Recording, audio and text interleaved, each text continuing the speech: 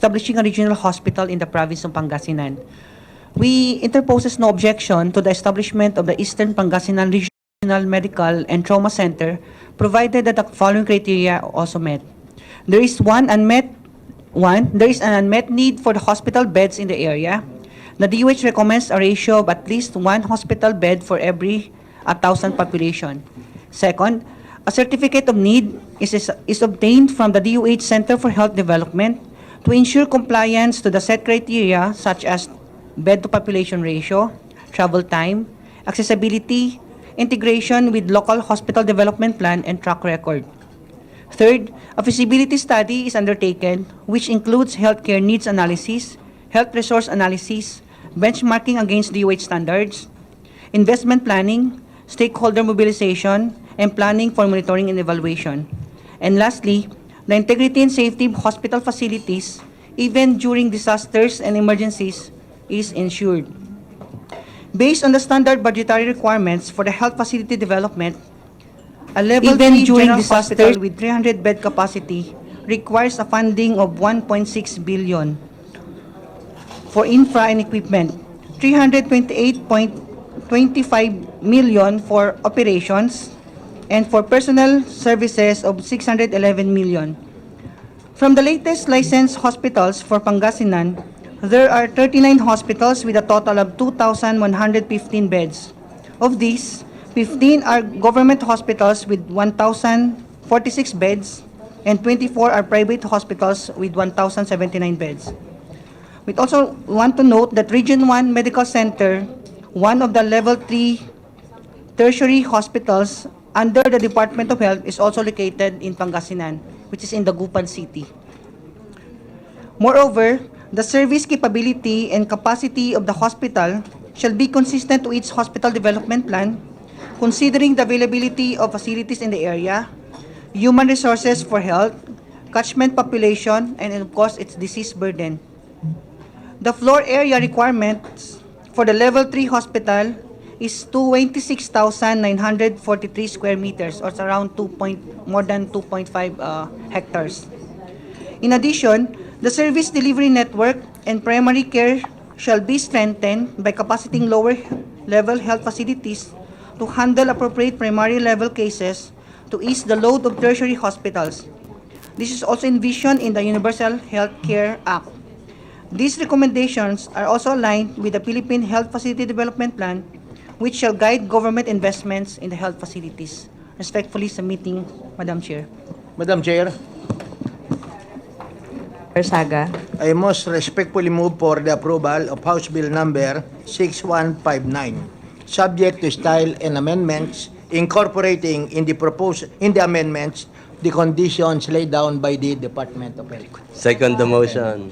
There's a motion to approve House Bill number 6159, subject to compliance on the requirements set by the DOH and style and amendment, duly seconded. Is there any objection? Hearing none, the motion is approved. Before we recognize Secretary Duque, may I recognize the presence of the following members: Honorable Anthony Peter Crisologo, our Assistant Minority Leader; Honorable Edgar Chato from 1st District, Bohol; and Honorable Mark Go from Lone District, Baguio City. May I also recognize the presence of Dr. Salvador Jr. from Bureau of Quarantine and Dr. Rabi from World Health Organizations. Do we have guests from Department of Education? Ma'am, please take your seat and participate in the discussion. Ched, do we have guests from Commission on Higher Education? Okay. May I now recognize Secretary Duque III to give us an updates on COVID-19. You have the floor, sir. Thank you very much, Madam Chairperson, and honorable members of the Committee on Health. In behalf of the Department of Health, I would like to thank you for the opportunity for us to give you the updates on the current COVID-19 in the Philippines. We have a presentation. It's over there. The screen is over there. Okay. As of today, we have a total of 33 confirmed cases, and of these 33 cases, 31 have mild to moderate symptoms, while 2 are critical. The confirmed cases are classified based on the origin of detection. Case codes are assigned to identify confirmed COVID-19 cases in the Philippines, PH. Cases among Filipinos overseas, OF, and among foreign nationals with travel history to the Philippines as FN. This is to show you the demography of the confirmed cases. 63% of the confirmed cases are male and 85% are Filipinos, while 67% is below 60 years old. Currently, San Juan has 7 cases, Marikina with 4, QC and Pasig City with 3 each, New Clark City, Cainta and Makati City with 2 each, and the rest with 1. As we speak, there are 95 Filipinos overseas who are confirmed positive for COVID-19. We have 80 kababayans affected by the disease in Japan, 6 in the US, 4 in Hong Kong, 3 in Singapore, and 2 in the United Arab Emirates. We also have 6 confirmed cases, Your Honors, of foreign nationals having history of travel in the Philippines. 2 Japanese nationals are currently admitted with travel history of 7 to 9 days stay in the Philippines.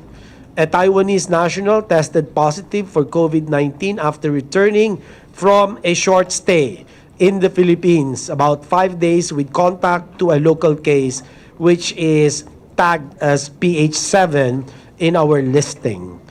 An Australian national is currently on home quarantine after traveling to the Philippines and testing positive upon returning home in Australia. A Singaporean national also tested positive abroad after staying 3 days in the Philippines. Lastly, a South Korean national with an extensive travel history to the Philippines and stayed for 2 months was recently admitted and tested positive for COVID-19. With the presence of local transmission, compounded by the exponential increase in the number of cases on a daily basis, we have activated the Door 4 or Code Red of the 4-door framework in our COVID-19 response plan. The main triggers for entering Door 4 is at least just one documented case of local transmission and will continue while there is a sustained human-to-human or community transmission. Your Honors, I would like to stress that moving from one local transmission to sustained community transmission can indeed happen very quickly. Next slide. This is a very important slide for everyone's appreciation. It is a fact that we still have resource limitations like most other countries. And from number of available isolation rooms to ICU, etc., during epidemics, demand for health services exceed available capacity. If this happens sooner, then the system will be overwhelmed sooner, and patients will not be cared for. Hence, the DOH proposes to further delay the epidemic peak. As you can see, the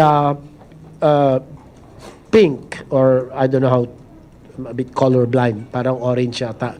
Okay, the orange curve, as can be seen,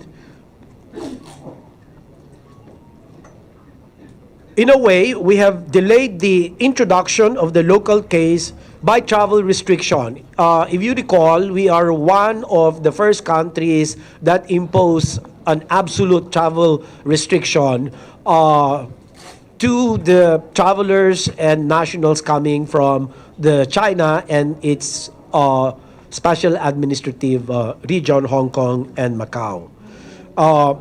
And that, in fact, delayed the entry of a pandemic virus by a month. The science behind it is they have a computation. Restrictions can only delay the entry by 2 months at the most. And dito po nakita natin sa atin, isang buwan na wala po tayong nai-report until March 5. And I kept saying in my earlier statements, in all my interviews, that it is not a question of if, it is a question of when. And the answer to that came in on March 5, when we reported the first local case of COVID-19. Also did repeated public advisories on enhanced hygiene, personal hygiene, environmental hygiene. And what we now want is to delay the epidemic peak further through more stringent social distancing measures. Yun po, ang ating objective is to make that orange graph turn into blue. Yun po objective natin. To delay transmission in most other countries by, in fact, I think today we have 104 countries where the COVID-19 has spread. And out of that, about a little over 40 countries have reported local transmission, if not community transmission. WHO has recognized that the comprehensive set of efforts, namely contact tracing and surveillance, isolation and medical management, and extreme, let me repeat that, sirs, ma'ams, extreme social distancing have been successful in interrupting the chains of transmission nationwide. We also emphasize that at the center of all this is a heightened diagnostic capacity as the backbone of the national response to COVID-19. Social distancing has been documented to delay epidemic peak. The idea is that social distancing and enhanced hygiene, we enter in a virtuous cycle of having less people exposed, lower risk of transmission per contact, lower average viral load, which in turn yields lower number of cases, in turn less severe infection, and less severe or less infectious cases. During the last IATF meeting, or the Interagency Task Force on Emerging Infectious Diseases, and in particular COVID-19 meeting, the DOH presented recommendations from the Expert Advisory Group composed of personalities from the various medical societies and the academe on social distancing measures, which we could implement as early as possible to curb the spread of COVID-19 outside the NCR. Recommendations that were adopted include temporary suspension of classes and mass gatherings, and possibly alternative work arrangements. Recommendations are also in place once we enter sub-level 2 of Code Red. Currently, we are expanding diagnostic capacity. Here, we're joined in by Director Celia Carlos from RITM.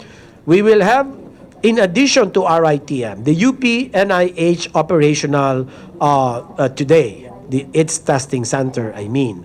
And the rest of the 5 sub-national laboratories are also being prepared. One in Mindanao, the Southern Philippines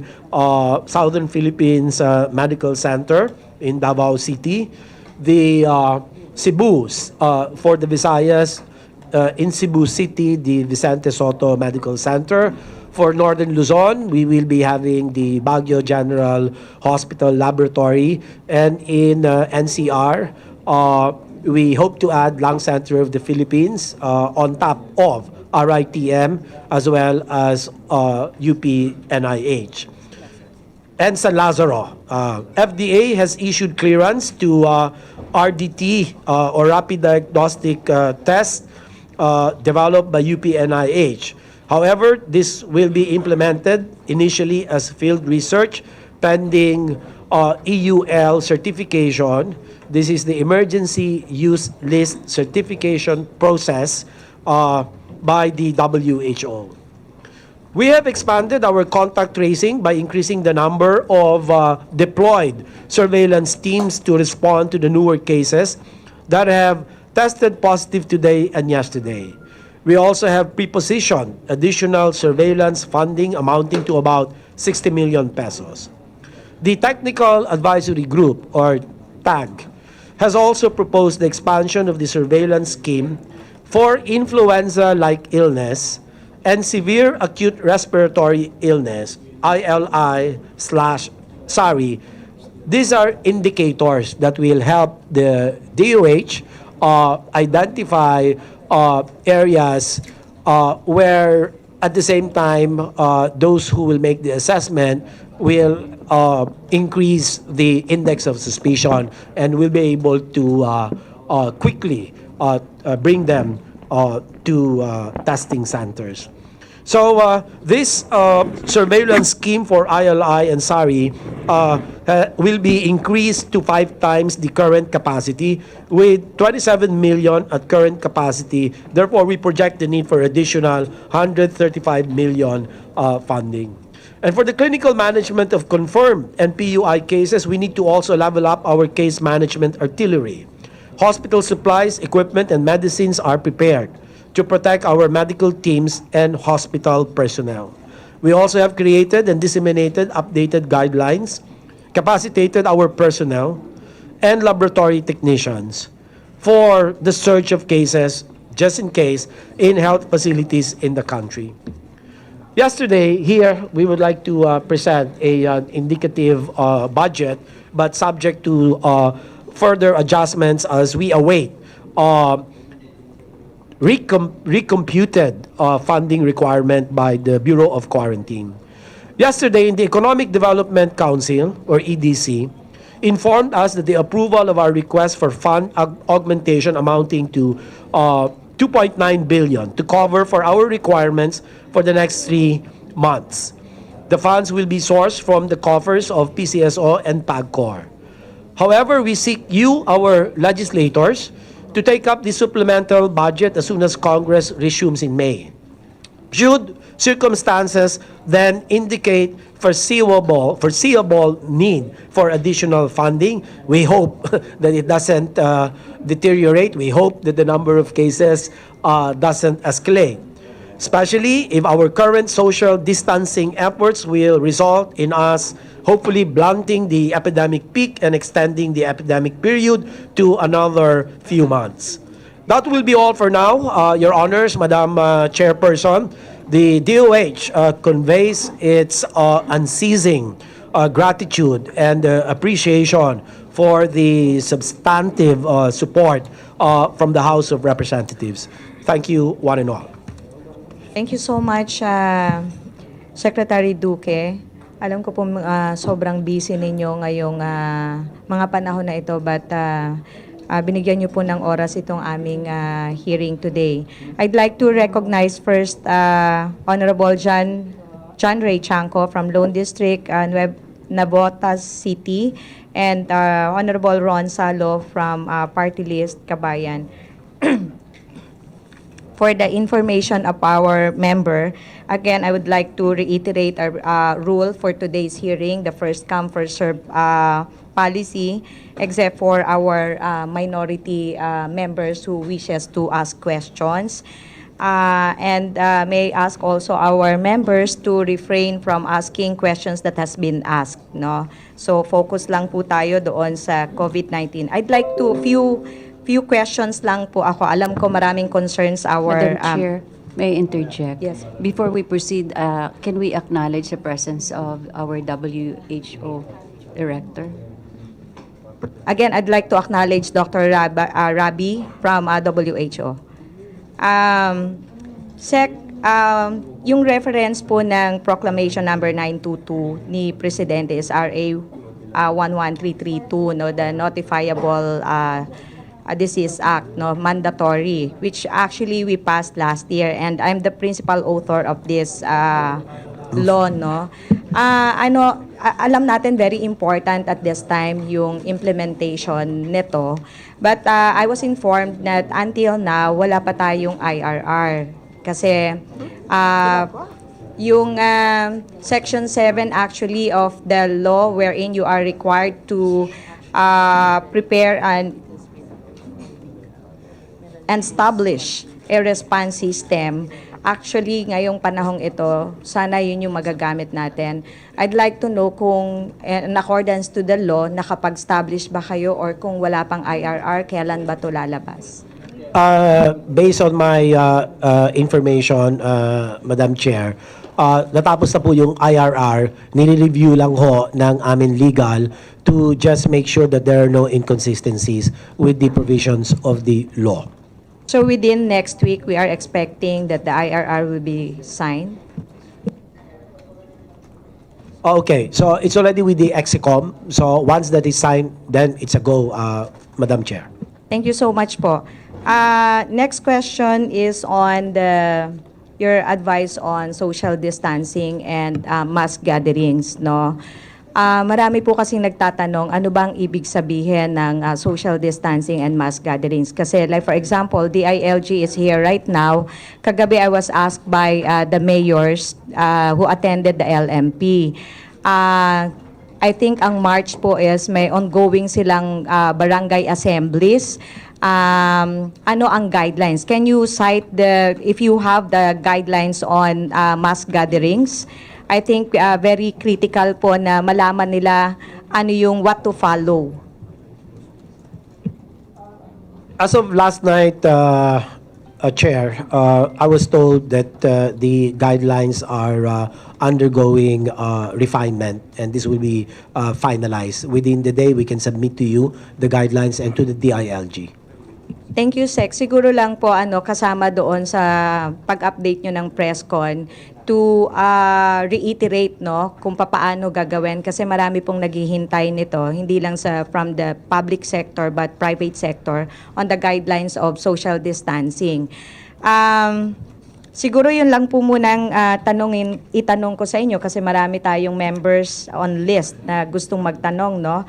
I'd like to recognize first Honorable Sara Elago from Party List Kabataan, and Honorable Fernando Cabredo from 3rd District Albay, and Honorable Manuel Zubiri from 3rd District Bukidnon. The first one to ask question is from Minority, Representative Stella Kimbo. Thank you, Madam Chair. Una sa lahat, isang malaking pasasalamat kay Sec Duque na dumating ngayon despite his very busy schedule. Siguro po ang unang question is, ano po ba ang sa tingin ninyo at ang ginagamit ninyong information disclosure policy? Kasi napansin ko po na dun po sa first 10 patients who tested positive, medyo merong level of detail na na-disclose sa public, kasama na po ang place of employment. Pero napansin ko rin po na pagdating po sa next 10, kumonti na po ang information, at pagdating po sa third 10, ay halos hospital na lang po kung saan naka-admit ang patient ang dinisclose. So, can you please explain to us po kung ano po yung disclosure policy ninyo at siguro konting background information na lang po kung paano po nag-evolve ang policy na yan.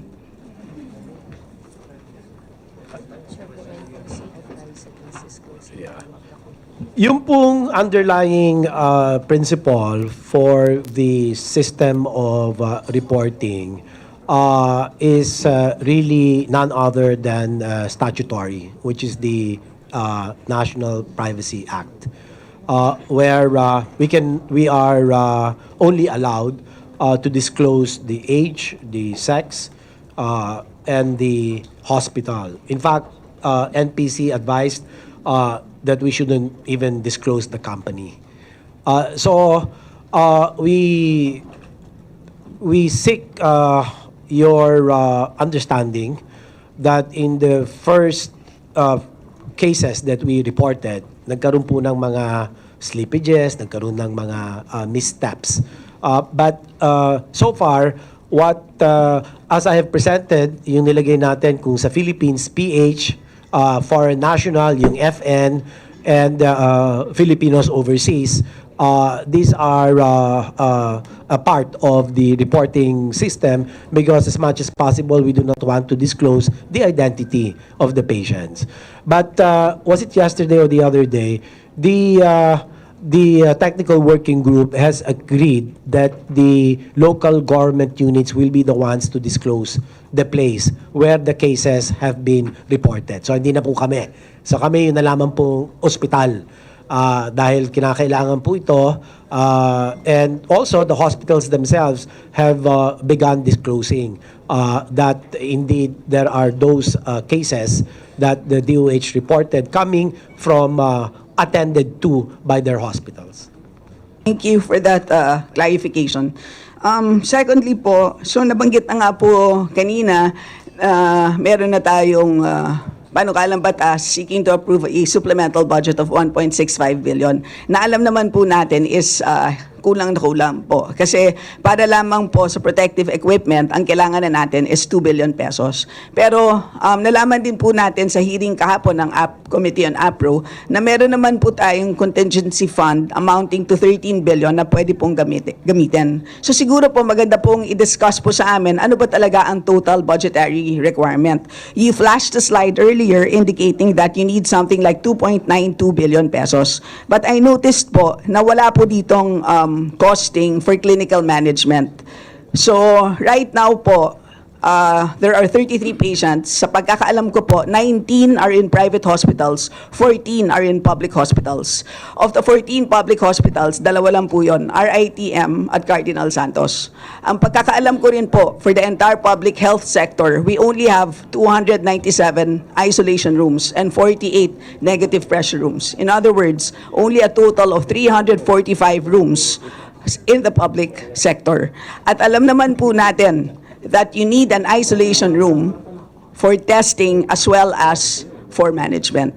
So since you have allotted a total of 40,000 testing kits, sa akin pong palagay, yung 345 rooms na available po sa public health sector ay napakakaunti. So ang tanong ko po is, ano bang plano natin? Of course, maganda pong umpisahan po na ano bang capacity sa private sector? Kasi baka naman may, dahil public health emergency na, baka meron po tayong pwedeng ilabas po na directive na pati ang private hospitals ay required po na silbihan ang ating patients, lalong-lalo na po ang mga mahihirap. Salamat po. Yung pong sa mga private hospitals, meron na po tayong ibinabang guidelines sa kanila. And by law, the Universal Healthcare Law, which the principal author has led into its approval, ay meron silang 10% of their bed capacity for to be utilized for the poor patients of our country. And of course, DOH naman po at mga ibang public hospitals, LGU hospitals, ay 90% para sa mga mahihirap. So, yung pong tinatanong ninyo kung ilan ba ang kailangan natin isolation rooms, tama po kayo, meron tayong isolation rooms sa public sector.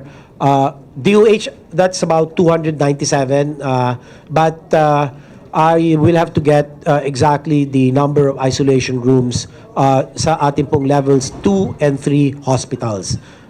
So, kailangan din po kasi, based on our guidelines, na sila ay pangasiwaan din ang mga COVID-19 cases sa kanila pong pamahalaan lokal.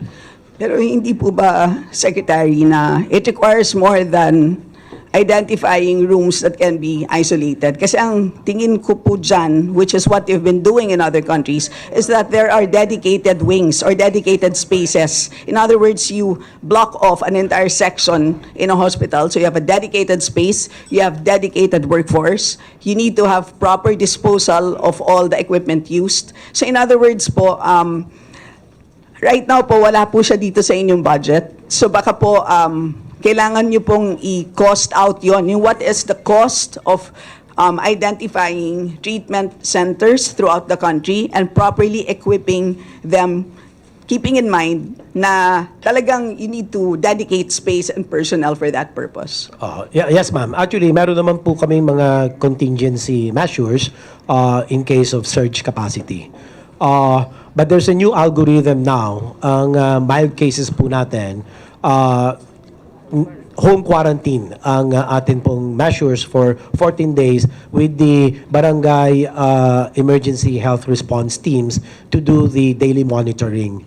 So kasi pagka naglagay tayo ng pati mga mild, hindi risk-based sa mga hospitals, that will really compromise even other patients because we have to remember there are also other patients needing hospital care. And the less infectious cases in those hospitals, the better. So we have to manage this very carefully, putting in the balance the interest also of the other patients.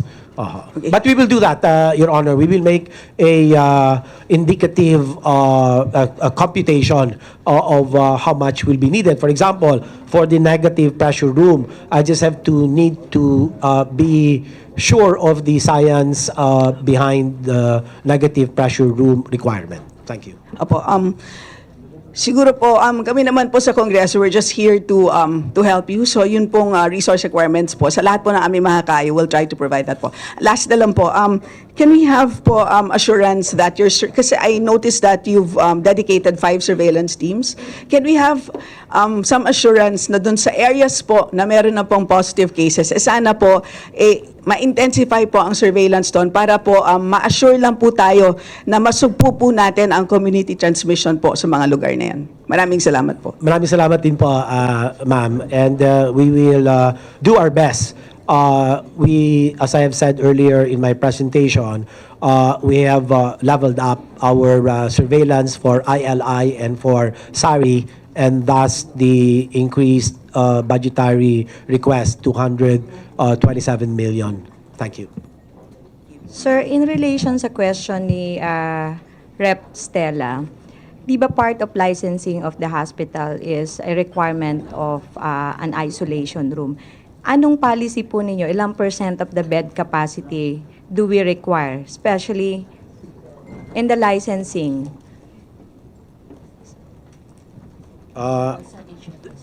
Tama po kayo. That is a requirement for license. 2 isolation rooms per hospital. Isolation rooms, 1 for ward and 1 for emergency. Okay. So may data po kayo ng private hospitals. Ilan ang currently? How many private hospitals do we have right now? Mga ilan tayo? Kasi more or less About- mako-compute natin if they follow the requirements, Yeah, more it's or about less. 700 to 800 private hospitals. But I don't have the exact number. I forget. I'll get the data, Okay. Madam Chair. Before I call on the next interpellator, may I recognize the presence of our Senior Deputy Minority Leader from 1st District, Iloilo, Honorable Janet Garin, and from 6th District, Isabela, Honorable Ino D. B. Who's the next? May I recognize Representative Maria Victoria Umali. You have the floor. Okay, since Rep. Umali is waiving her time for... Okay, Representative Sarate, you have the floor, sir. Thank you, Madam Chair. Magandang umaga ho sa ating lahat. Marami ho akong mga katanungan no, na pagpaumanin ninyo kung medyo marami ito. No. Una, I was surprised, Madam Chair, no, na halos mag-isang taon na nating naipasa ang Republic Act RA 11332 at wala pa itong IRR. And this is the same law that was invoked in the proclamation of the President. No? Dahil malinaw po sa batas na ito, at ito ang tatanong ko kay Secretary Duque, Section 7, no? Mahalaga ang section na ito. No? Dahil alam natin, as early as January, meron ng posibleng outbreak nitong COVID, no? Or January or February. Ano bang nalalaman sa Section 7? Declaration of Epidemic of Public Health Emergency. The Secretary of Health shall have the authority to declare epidemics of national and or international concern, except when the same threatens national security. In which case, the President of the Republic of the Philippines shall declare a state of public health emergency and mobilize government and non-government agencies to respond to the threat. No? So, ang first level po ng declaration, nasa kapangyarihan, nasa poder ng kalihim, no? Ng health. So, my first question, Madam Chair, meron bang deklarasyon na ginawa ang DOH prior to the declaration of the President for a state of public health emergency, Madam Chair? Thank you very much. I thought very clearly, Mr. Secretary, a direct answer lang po, ma'am. Meron po bang declaration from your end so that I can make a follow-up question, Madam Chair? Ang being a member country of the WHO, ipinaubaya po namin yung kanilang pag-declare ng public health emergency of international concern. Yun lang po. It's a de facto declaration on my part. Thank you, Madam Chair, Mr. Secretary. But again, it begs the question, no? Dahil malinaw po sa ating batas, sa RA 11332, no? Nasa poder ninyo na mag-declare din ng epidemic of national or international concern. Of course, we have to defer also to what the WHO will say, no? Dahil ho, sa tingin ko mahalaga na prior to the declaration of the President, no? Dahil kayo ho ang nasa pangunahing may poder nito, ay nagdeklara kayo para ang lahat na agencies ay ma-forward na, no? Makapaghanda na. No? Dahil ho ang tingin ko parang pardon my term, nagkampante tayo, no? Just because wala pang at that time siguro isa, dalawa, tatlo pa lang yung cases, no? And these are foreign nationals, no? So, yun po ang isang nakita ko rito dahil earlier you mentioned that ngayon, kailangan muna nating i-delay, no? Yung peaking para we can mobilize resources. So, if the earliest possible time sana na nagkaroon ng declaration from your end, kasi hindi kailangan direkta kaagad ng presidente na mag-declare, no, ng national state of public health emergency. You can, on your in your end, declare it.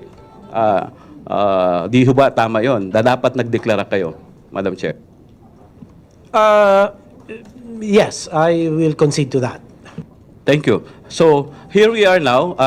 Naghahabol tayo, no?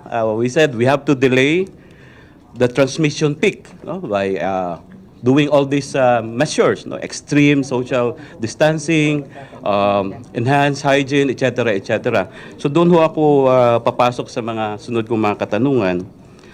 Again, when we speak of resources, I think we don't need to wait for example, supplemental budget or funds coming from PCSO and PAGCOR. No? Dahil po, malinaw rin sa ating kasalukuyang budget, no? Meron tayong pondo. No? Una, meron tayong contingency fund. Did we ever think of accessing our contingency fund para ho doon sa makapagbili tayo mga testing kits kaagad? I can remember during the first case na pumutok itong COVID, we have to send our sample doon sa Australia. Only when Japan gave us one, I think, an instrument na nakapag-local testing tayo. No? So, yun po. No? Second, aside from the contingency fund, sa budget po natin ng 2020, meron hong 13 billion contingency fund ng pamahalaan. No? So this can easily be accessed if only we have already declared na kailangan na natin gamitin ito para maghanda tayo, na wag na nating antayin na sasabog pa. Second, aside from the contingency fund, in the 2020 budget, we have 7.5 billion NDRRM fund, no, which according to the special provision can be used for natural or human-induced calamities. DOH has 600 million of that NDRRM fund. No? So, merong pondo. No? Kaya ito po ang mga katanungan ko ngayon na Madam Chair, Mr. Secretary. Kanina, isa sa sinabi natin pwede natin gawin, extreme social distancing. Napakadali kong sabihin ito, no, sa mga siguro sa mga middle class, mayayaman, wag na tayong pumunta sa mga malls, wag na tayong pumunta sa mga bars, etc., etc. But my first question is, what about ito hong mga vulnerable communities natin? Mga urban poor communities. Meron ho bang plano na tayo for this, no?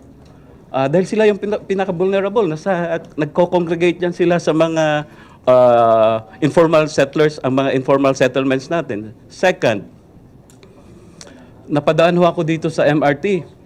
No? Sa pila pa lang, you cannot say that they are distancing. So, mayroong social distancing dyan. Pero kailangan nila because they have to work.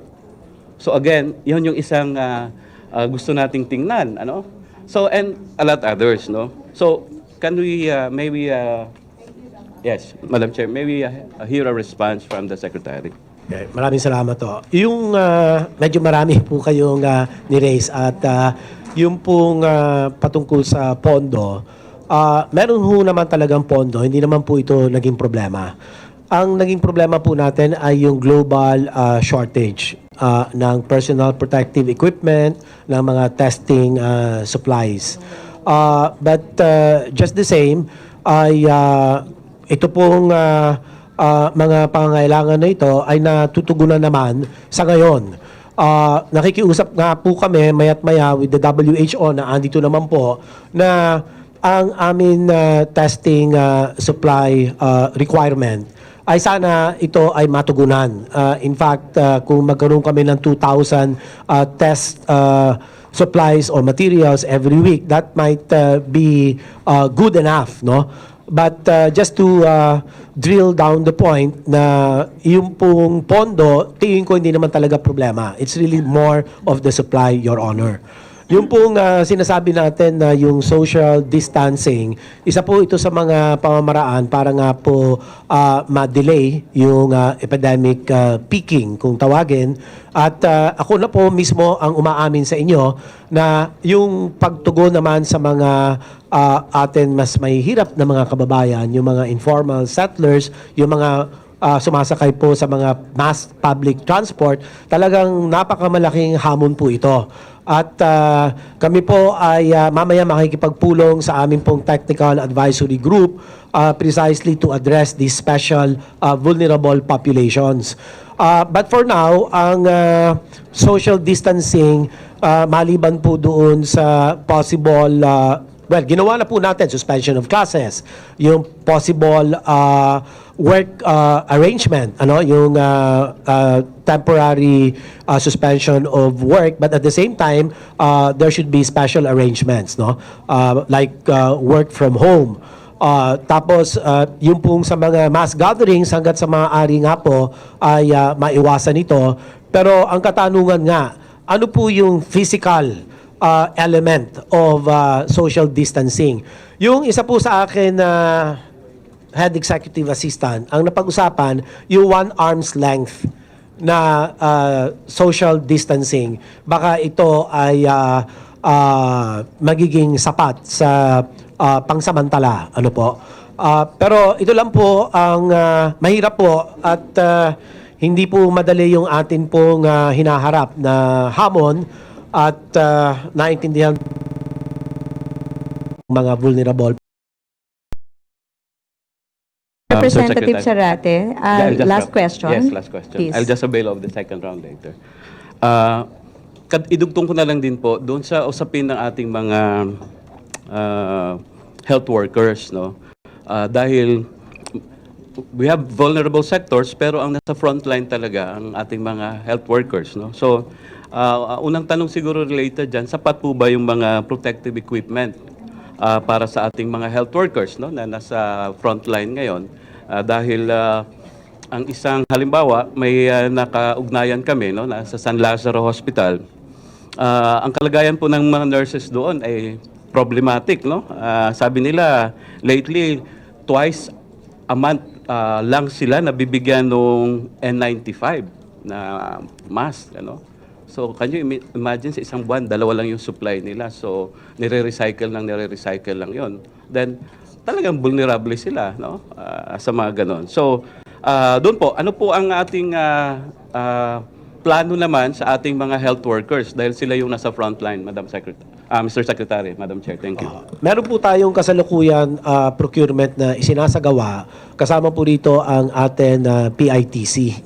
At siguro kung mamarapatin po ng atin chair, bigay ko lang po kay Yusek Carol Tainyo yung pong status ng procurement. But prior to that, yung pong 2 billion natin na hinihingi para po ito sa 52,000 PPEs na asa 1,500 pesos per set of PPE and multiply that by 5,000 prioritized healthcare workers multiply by 90 days kasi we project a 90-day period for the COVID infection and multiply that again for 3 times because the protection must be ensured round the clock, 3 shifts a day. So ang kakalabasan po niyan is 2 billion, a little over 2 billion pesos. So Yusek Tainyo, no? In relation to the question of Representative Zarate, hindi lang yung PPE kasi ang concern natin at this time. I raised this before, a while ago, or yesterday yata to some people ng DOH on assurance that all other components like basic medicines are assured tayo na meron tayong supply kasi I think bulk of your procurements on supplies and medicines are imported, no? So, I was able to get a letter from India, DTI, advising our country na hindi na sila makaka-provide of certain list of medicine. So, isama niyo po, Yusek Tainyo, no, yung status at this time of other components on supplies, aside from personal protective equipment. Good morning, Mr. Chair, Madam Chair, and the rest of the honorable congressman. Insofar as the inventory for the emerging and re-emerging infectious disease commodities, we have at least adequate supplies for our inventory as of the moment because we are procuring through PITC. And for the N95 surgical masks and all the other PPE components are being negotiated through PITC. We were able to generate funds because we are still waiting for the 2 million, but we were able to get funds from what we have already sabalated to PITC. So we are realigned it in order to procure all these PPEs. And as of now, we are about to award the procurement in the amount of 500 million for different PPEs also, N95. But we have some difficulties because the suppliers are requested to change the delivery period. Based on our request, it has to be delivered within 15 calendar days. But some opted to deliver it in tranches starting April 15 and May 15. Yusek, yung current stock ninyo as of the moment, good for how many days yan or month? As of the moment, yung hawak po ninyo in your warehouse. Yeah, for N95, at least we have 59,000 pieces. That's for like how many days nagagamitin? For 1 month. I mean, 1 month. 1 month, ma'am. Okay. First, Yeah. surgical mask. 1 month also, but we will have a continuous supply from the PITC. Yeah. Every week, we are assured to receive at least 30,000 pieces of surgical mask So from the assured PITC. po ang ating health workers na sufficient ang supply natin. Hindi mawawalan. Yes, hopefully po kasi we have already contracted 400,000 pieces of surgical masks from PITC. From the private sector, kasi we're talking on the public sector lang, public health facilities. Kasi I heard na nahihirapan kayong kumuha ng PPEs. Dr. Almora. Yes, yes, Madam Chair. Yesterday, I ordered my procurement officer. I'm from a private hospital, 50-level hospital, 50-bed level hospital. And he was only given 30 boxes. That is about 1,500 pieces. Dr. Given- Almora, feedback from the private or other private hospital associations, wala bang problema sila on the access of PPEs? There is, Madam Chair, a grave deficit in the number of PPEs. Okay. We are resorting actually to improvising, like we turn our old linen into cloth mask. Is that allowed in practice? Well, So the reason why we're raising right now is we're focused more on the government, but we have to realize that ang facilities natin mas madami ang private facilities, no, which and mga pasyente hindi lang naman sa government pumupunta, as mentioned by Representative Stella kanina, madami nandun din sa private facilities. So how can the government help naman the private on accessing that PPE as of the moment? Secretary Duque. If I may, the supplier manufacturing company in Bataan has assured us through the Department of Trade and Industry 2 million surgical masks with a delivery schedule of I think 200,000 per week. But let me validate that. I cannot remember exactly. Now we have 400,000 that they have delivered. So ilan pa lang in tranches? 100. So 100,000. But we would want to have them speed it up. But we are told also that the need has become so acute that the global supply chain is really under pressure. Hindi talaga nila masuplayan dahil 104 countries have COVID infection, almost 50 countries have local transmission, and so they just have to ramp up their supply chains, Madam Chair. But if we have some extras, we would be certainly willing to let the private hospitals have some. But we cannot promise that what they need, we will able to respond to because our priority is the public health workers. Thank you, Secretary Duque. Before I call on the next interpellator, may I recognize our Vice Chair from Party List Anak Kalusugan, Honorable Michael Defensor. From 1st District, Northern Samar, Honorable Paul Daza. Our Deputy Minority Leader from Bang Lingkod, Inc., Representative Joseph Paduano, and Party List Gabriela, Honorable Arlene Brosas. May I recognize now Representative Barsaga, our Vice Chair. Thank you very much, Madam Chairman. This morning, nabasa ko sa Philippine Star, use of UP developed COVID test kits okayed already by FDA, although it started being approved by the World Health Organization. Could you please enlighten us on this article?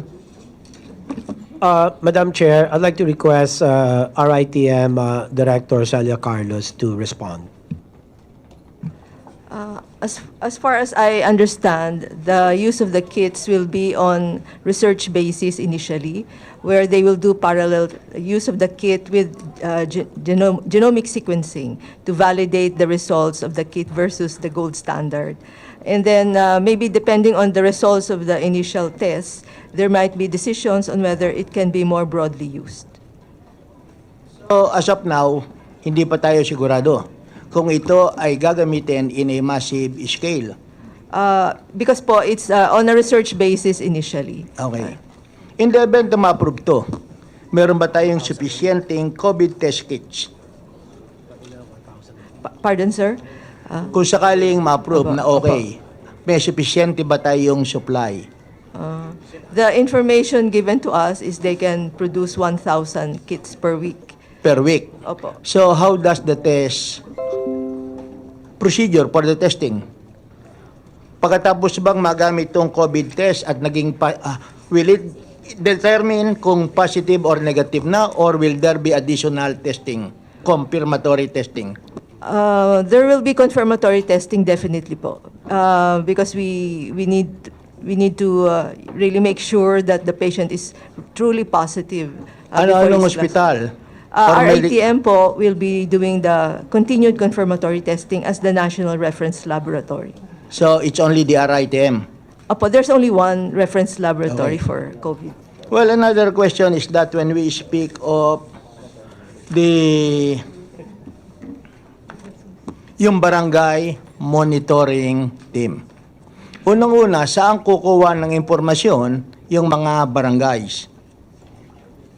Sa DILG po, meron po tayong ugnayan sa DILG at lahat po ng guidelines natin patungkol sa local response against COVID-19 ay naibaba na po ito ng DILG sa mga pamahalaan lokal. At nakatalaga po doon ang mga bawat hakbang na kinakailangan pong sundin para po maging epektibo ang tugon po sa COVID-19 at the local level. Walang tinatanong lang naman sa amin, kasi we'll be having a break starting tomorrow, will be in our congressional districts. Ang unang itatanong, kanino ba namin makukuha yung pangalan? What will be the procedure coming from the DILG? Asek Cruz, can you respond? Magandang umaga, Mr. Chair. No? Yung information po na nanggagaling sa, in fact, kasama ho pati yung sa Immigration and Bureau of Quarantine, binibigay ho nila sa amin sa DILG, and then these are cascaded to our regional directors down to our field people. Sila ho yung nagdi-distribute ng mga pangalan kasi identified ho dun sa listahan na yon yung mga tao na binabantayan, yung mga nanggaling sa ibang bansa. Ito po yung proseso ho na hanggang sa level ng ating mga barangay nakakarating, sir. Is that procedure being practiced right now? Palagay ko, sir, kasi malinaw ho yung Kayo pwede ating... ng palagay. Malinaw ho yung nakalagay doon sa Yes, kaya issuance tanong ko natin, lamang sir. na ibibigay nyo na ba sa LGU? Because I'm involved in the LGU. And so far, based on the information coming, yung mga PUI o kung sino man, nade-determine lamang namin coming from the RITM at pinoprovide sa amin ng RITM ang data sa aming City Health Office. Kaya ang tanong ko, nagsisimula na ba tayo sa prosesong ito? We want a categorical answer. Nagsisimula na po, Mr. Nagsisimula. Chair. Opo. We'll verify kasi wala pa kaming nare-receive sa Dasmariñas for our barangay captain. Second, in the event that there would be localized lockdown, what do we mean by localized lockdown? Will it cover the entire city, the entire province, or the entire barangay lamang? So that we will have the guidelines and we will know what we shall do in the LGU. Your Honor, calibrated po ang atin lockdown. Hindi naman po maliit na transmission, localized, or nagkaroon ng clustering. Hindi naman ho yung buong NCR ila-lockdown natin, kundi targeted po kung saan lang po yung localized transmission. So, it's possible na pwede sa barangay lamang to. Oho, posible ho, na barangay lang muna in case nagkaroon ng clustering doon sa barangay. And it will be the Department of Health to shall determine kung kinakailangan ng magkaroon ng localized Tama po kayo. lockdown. Okay. Yes, sir. And in the same manner, pinag-usapan natin dito yung mga protective equipment na gagamitin. Sabi nyo, sufficiente. Can the local government or the city health office in every LGU expect the number of protective equipment which they would be receiving so that the local government can add? Your Honor, kasama na po doon sa atin 2 billion na budget, masasakupan na po ang Well, mga health workers na LGUs. Kaya nga, anong number ang ibibigay nyo? Because the greater the number and the greater the frequency of the cases, I think common sense dictates na mas marami ang kinakailangan. But right now, we are in the dark sa LGU. Ganong karami ba ang ma-receive ng aming City Health Office? So that kung kukonti ang allocation sa isang particular LGU, pwede namang namin gamitin ng aming budget, most especially disaster preparedness for this epidemic. So yun lamang sana ang gusto naming marinig. Pagkatapos, I have also some concerns. Number one, mga medicine, kinakailangan natin, preventive. LGUs, which operates a public hospital, pwede ba silang bumili ng gamot kahit na yung gamot ay hindi kasama sa Philippine National Drug Formulary?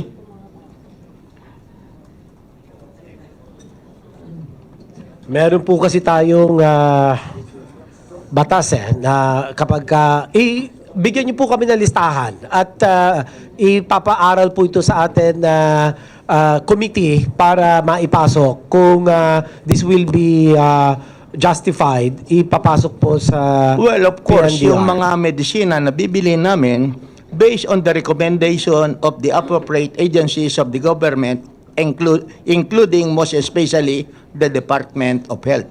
So sa inyo manggagaling ang listing. Oh, sige Ang po. ang tanong lang namin, kung kulang ang inyong supply na ibibigay, ay pwede ba kami bumili ang LGU para gamitin sa kanilang public hospital kahit na hindi PNDF yung mga gamot na pine-prescribe nyo?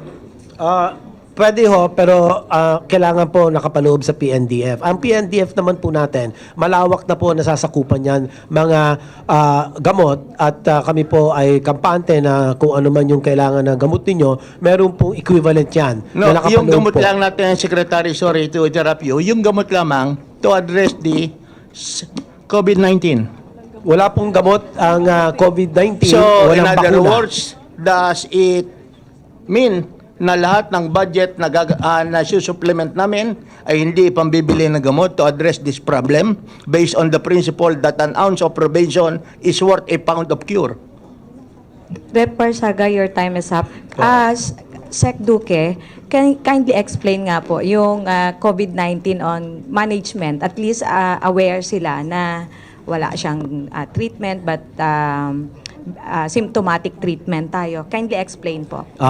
Tama po kayo, ang pangasiwa ng bawat COVID-19 case ay dumidepende rin po ito doon sa edad ng pasyente, kung ito po ay may mga kasamang comorbidities kung tawagin or pre-existing medical conditions, ay by and large ang management symptomatic, supportive treatment. So, malinaw po, walang gamot at walang bakuna. Pero hindi po nangangahulugan na walang gamot for supportive management. Meron din po tayo mga paracetamol, mga simpleng mga non-specific na mga gamot. At ayun po yung ounce of prevention ginawa ni Congresswoman Janet. Napakamahalaga po yan. So, ang management po dito ay symptomatic at pagka malala dahil may vulnerability, yung may hypertension, unang-una senior citizen, 60 years and above, meron pong mga hypertension, diabetes, meron pong iba cancer, ay ito po ang very vulnerable subset of the population na tututukan po natin itong mga ito. Inatasan na po natin ng mga ospital na talagang ito ang inyong tutukan. Huwag na kayong mag-aksaya ng panahon doon sa mga, alam natin, mga mild cases. Monitoring yung mga yan, no? Daily monitoring. Pero yung pong mga vulnerable population, yun po ang kailangan tutukan. One last question, Yes. Rep. Barsaga. Pertaining to isolation rooms, alam naman natin na yung isolation rooms are actually reserved for contagious diseases like pneumonia and tuberculosis. In the meantime, kinakailangan bang mag-reserve ang hospital ng isang isolation bed or isolation room in anticipation of possible patient for coronavirus? Meron po. In fact, yung amin pong ibinabang guidelines sa mga pamahalaan lokal through the DILG, malinaw po doon yung levels 2 and 3 hospitals. Dapat meron po silang kahandaan patungkol po sa kanilang mga isolation rooms. So, pwede ba naming ipakita yung circular so that we can refuse na itong isolation room na to, bakante sa ngayon, nakareserba to sa possible coronavirus patient based on the order of the DILG and the Department of Health. Kasi papasok na naman, we cannot refuse any patient. That's why there pwede must be yun. some. Ho yun, Chair, okay ho yung inyo. Waiting for the specific order. Yes, I think it is already included in our guidelines. We will just send it to you. Okay. Please submit na lang, Secretary, the reference guidelines, no? Since na-bring up po ni Vice Chair Barsaga yung isolation rooms and yung sa private hospitals natin kanina, before ko makalimutan, I was listening on your interview. I just want to raise yung concern since we have a representative from Philippine Hospital Association, no? That concern on the memorandum of a certain private Apex Hospital na hindi na mag-admit ng mga PUIs. Ano po ang pagtingin ninyo, Secretary, dito sa ganitong memorandum, considering we are in a public health emergency? Unang-una ho, yung kanilang kadahilanan, we will have that validated by our regional DOH NCR because taga NCR po yung hospital na yan at sisiguraduhin natin na hindi naman sila nagpapalusot na para lang wag mapuno sila ay sinasabi nila itong mga ganitong kadahilanan. So, we will have that validated. Within today, I will give the instruction to visit that particular hospital. Thank you, Secretary. May I recognize... minority.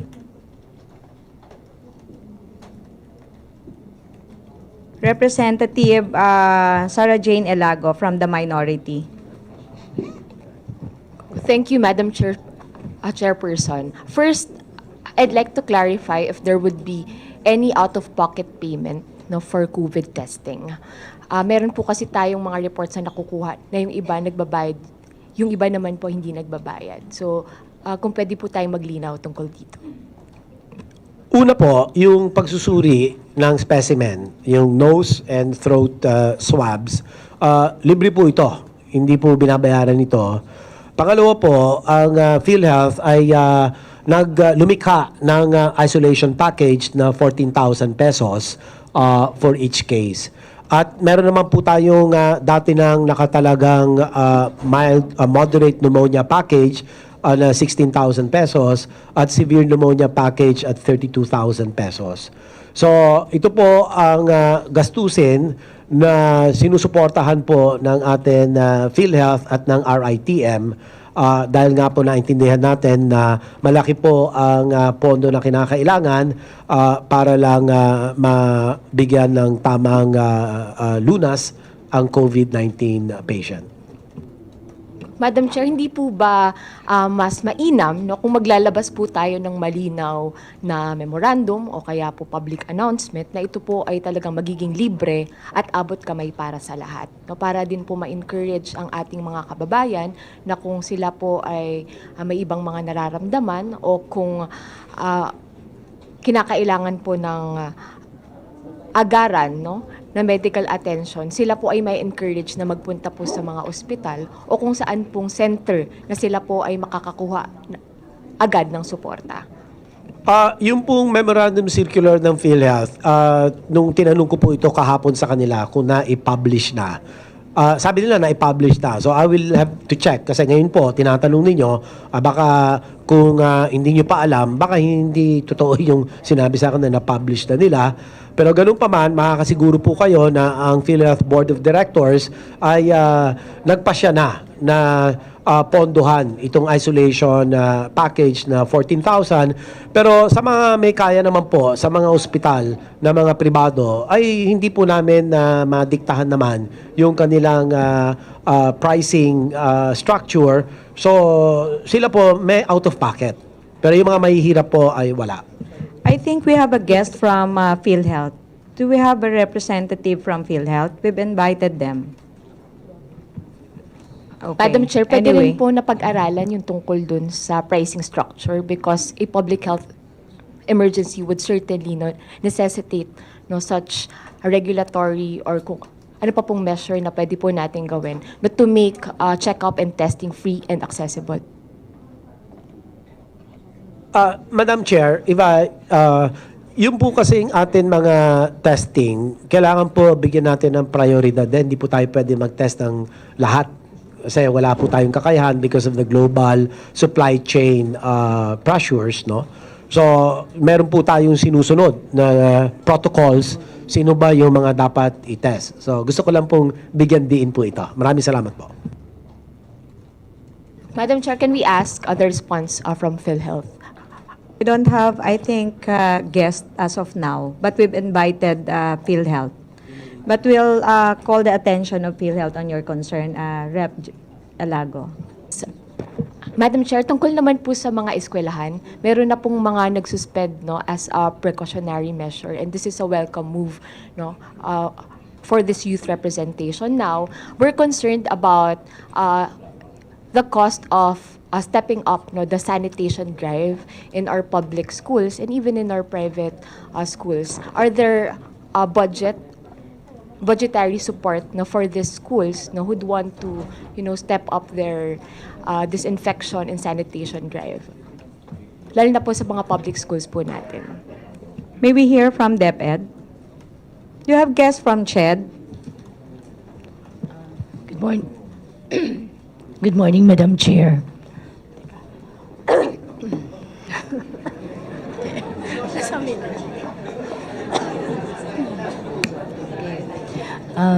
For the public schools, the school heads were already instructed to get from their MOE. Sorry, yes. And they have started already way back from the issuance of the directive set by the central office. Salamat po. Sino po ang magkakonduct nung sanitation drive sa school? The school heads have already instructed. They have their janitors there and their job orders to do it alongside to, especially not only during school days but even weekends. They have already been instructed. Madam Chair, meron nga pong pagtutulungan pagdating sa mga eskwelahan. Siguraduhin lang po natin na mapupunan yung kinakailangan na pondo para sa kanila at mabibigyan din po ng dagdag na suporta. Lalo na meron po tayong mga ulat na maski po yung mga teachers po natin, they were instructed to help in the sanitation drive. Last question, Madam Chair. I'd like to ask the Secretary if there are any efforts to expedite the mass production of testing kits. Sa ngayon po ba, may plano na po tayo kung sakali po na, sinabi niyo po kanina na very limited yung ating supply ng testing kits, yung plano po natin for mass production or to expedite the production of testing kits. Because as experience, Madam Chair, ng ibang mga bansa, kahit po medyo malayo pa tayo sa kanilang kapasidad, South Korea, they are testing 15,000 citizens per day. And they even have mga drive-through testing centers around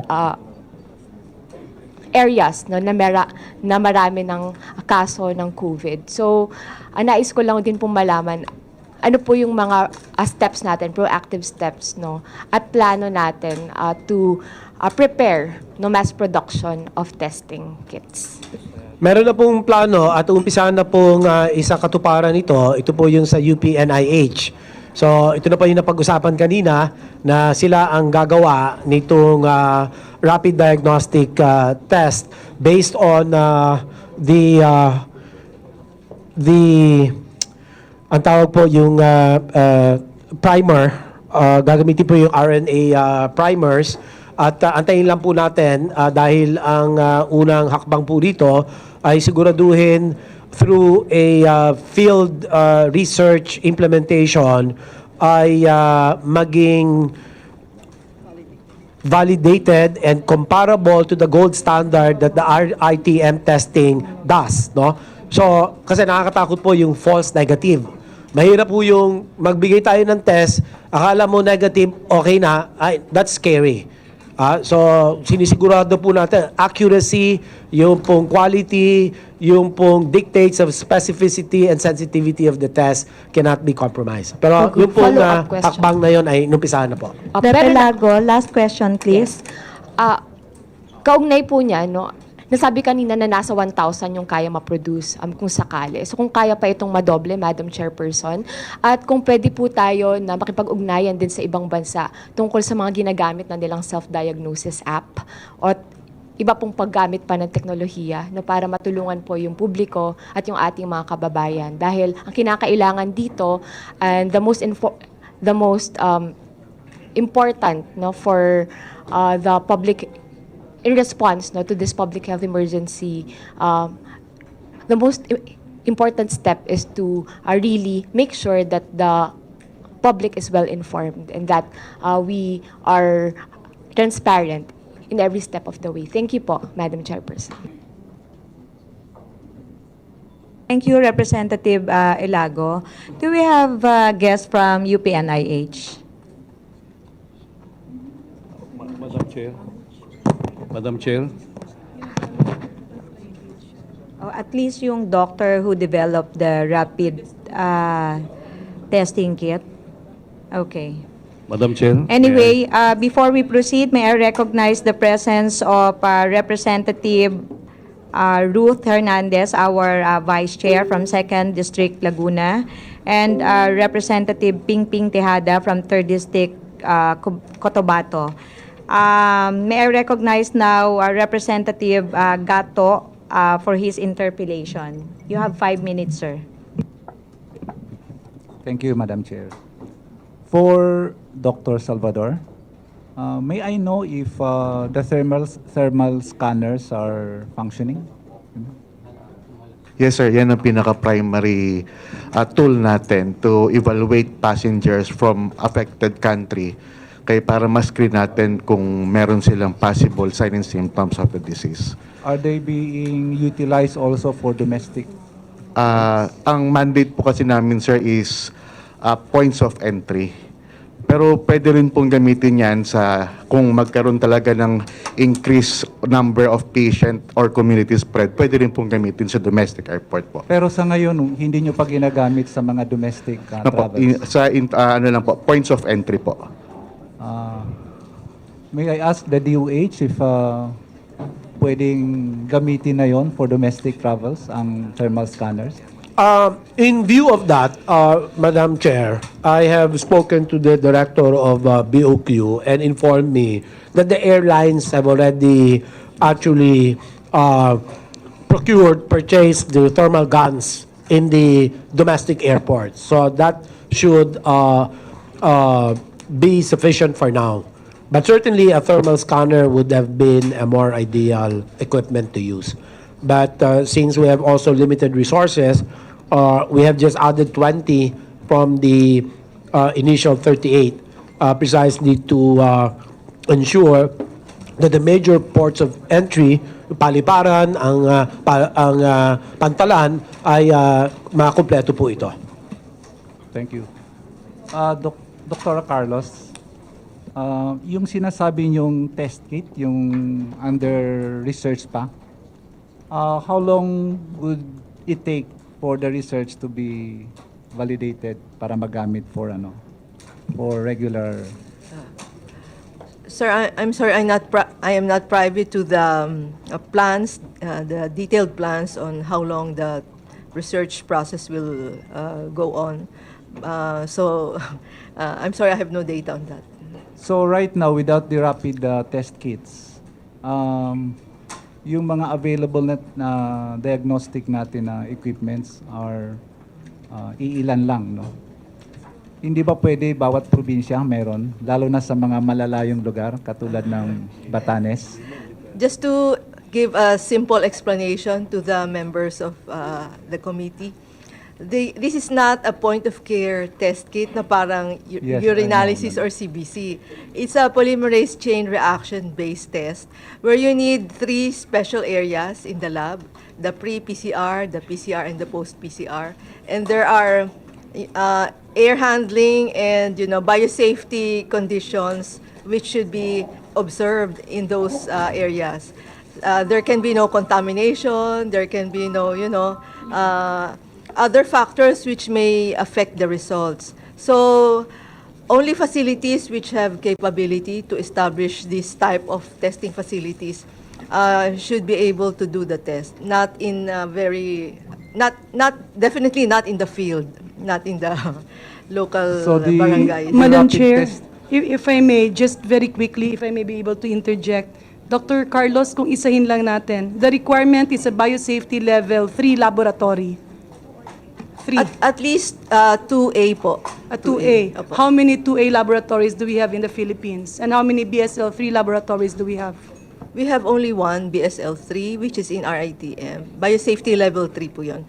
Yung Okay. biosafety level 2, we have several but not too many. Mostly based in the academe, research facilities. Yeah. Not in district, provincial, and regional hospitals. Just I to have set not the seen record any straight. biosafety cabinets in... So it explains why we cannot just easily replicate it, because every time you turn on the machine, you need 3 million. So pag hindi mo na ginagamit yan, the regional hospital or the provincial hospital should have a minimum of 3 million pesos a month just to turn on the machine. Ganun po yung machine na yun. So Okay, Kong Gatot. yung rapid test kits, kung sakaling ma-approve yon, later on, parang screening test lang yon. Yes, sir. I think And yun, that's the... pwede yun sa mga Opo. probinsya or mga other ordinary hospitals, just in case ma-approve. It may not require a setup as complicated as the current protocol because they say it takes only about 2 hours. But certainly, I expect that they may need some amount of equipment as well. Because you have infected And- samples, you have to deactivate the samples so that and then you isolate ang tawag po doon, RNA, that's the parang structure of the virus, chemical structure of the virus before you can do the test. and So there's lastly- still some complicated steps. And lastly, I would like to commend the Department of Health and the WHO for the tremendous job they have taken, despite the limitations that we all know. I also enjoin the public to listen more to the Department of Health and WHO and follow their directives and instructions. Thank you, Representative Gato. May I call on from Minority Representative Janet Garin. Thank you very much, Madam Chair. Let me take off because the discussion was on the testing kit, and I do acknowledge the presence of Dr. Rabi here from the World Health Organization. Secretary, umabot po kasi na hanggang si Presidente na po ang nagsabi, meron na tayong testing kit. At marami pong kumakalat na ito po yung bayad, ito mura lang, 1,200. Yung ginagamit ng RITM ngayon is between 8 to 10,000 to 12,000. For the record, pakiklaro po kung meron po bang bayad ang ginagamit ng RITM. Wala pong bayad yung 6,000 na testing na sinasagawa ng RITM. Yeah. At, So, Secretary, for the record, walang bayad ang testing kit na ginagamit natin ngayon because it is provided by the WHO through Dr. Rabi, and it's coming from the laboratory that you have commissioned in Berlin, in Germany. Moving forward, ano po ba ang proseso? Kasi, let me clarify, ako po suportado ang Filipino scientists. But we are very much afraid that in our desire to have a testing kit, we now forget the safeguards that should be installed. Unang-una po, ang narinig ko po at nakita ko sa FDA press release, if I am right, Secretary Duque, they gave a certificate of exemption. Can the Secretary clarify what the certificate of exemption means? I hope Dr. Rabi can also complement my answer. My understanding, limited as it is that the FDA approved it. So I don't know if it is an approval by way of exemption or it is an approval. What they issued, Honorable Secretary, is a certificate of exemption. Ibig po sabihin nun, hindi na dumaan sa parang they're exempted in passing through FDA. However, the FDA is actually the only Philippine agency that caters to safety and efficacy of medicines, vaccines, and devices. So ako po bilang isang doktor at bilang isang nanay ay natatakot pagka ang FDA winave nila. I'm sorry, if I may be given some more time. Dr. Ravi, I'm sorry, I forgot. I thought you can speak Tagalog. It gives me a lot of discomfort as a mother, as a doctor, and as a legislator that a very important agency, the Food and Drug Agency, is waiving its capability and expertise in terms of licensing devices, because this can extend to medicines and vaccines. The FDA is the only agency in the Philippines that caters to safety and efficacy of all these devices, medicines, and drugs. So may I inquire from the Secretary how an exemption was granted and what is the basis of such? I'm sorry, I'm not in the know how the national processes work, but we can ask the DG to write you a letter to respond to the query. But the ideal scenario would have been to subject such a test, rapid diagnostic test, that is currently being developed or has already been developed by the team led by Dr. Destura together with the Department of Science and Technology. That should go through the vetting process of the WHO Emergency Use Lab. Pero tumatagal with the FDA's endorsement to the WHO. Because, Secretary, as far as I can remember, a certificate of exemption is giving to medicines, vaccines, or devices that are under trial if you want to proceed to a phase 1, a phase 2, or later on a phase 3 trial. Kaya nakakalin lang po sa taong bayan, and I think it is also not good to be telling the President that we have already a testing kit available, but the President has not been told that this has not been established in terms of specificity, sensitivity, and accuracy. Is the Secretary aware of the specificity of this? Ano po ang I was specific? told greater than 95% specificity and sensitivity. But of course, I want a document to really reflect that this is the level of confidence with when it comes to the specificity and sensitivity. So it was a verbal report, Mr. Yes, Secretary. because we were at the IATF with the President at the time. So we did not have the luxury of getting the... Okay. I'm sorry, I need to cut you kasing oras ko po. If this has already an established specificity and sensitivity of more than 95%, i-explain ko lang po, if you will allow me, Madam Chair, a few more moments of the time. Specificity means, yung test na ito, pag nag-test siya at sinabi niyang positibo, COVID-19 talaga po ang nandiyan. Meaning, it's really specific for the causative agent, for the virus. Sensitivity naman means, konting galaw-galaw lang, masisira, hindi magiging reliable ang testing. Meaning, if this is a testing kit, the WHO recommends a specificity and a sensitivity of 95% at least. Ibig sabihin, 95% of the time, yung na-identify niya, yan talaga yon. What is the danger of this? If we have testing kits na pinakalat sa Pilipinas, pinagpaniwala natin yung presidente na okay ito, what if the specificity is 80%? Ibig sabihin, sa 100 na tinest mo, meron kang 20 na naging negatibo, pero positibo pala. At doon naman sa sensitivity, meron kang 100, kung 70% lang siya or 50%, merong kalahati na akala mo positive, nagkagulo-gulo na, ninervyos na yung pala negatibo. So this is very important because all test kits has to go through RITM, which is the National Reference Lab for Emerging Infectious Diseases.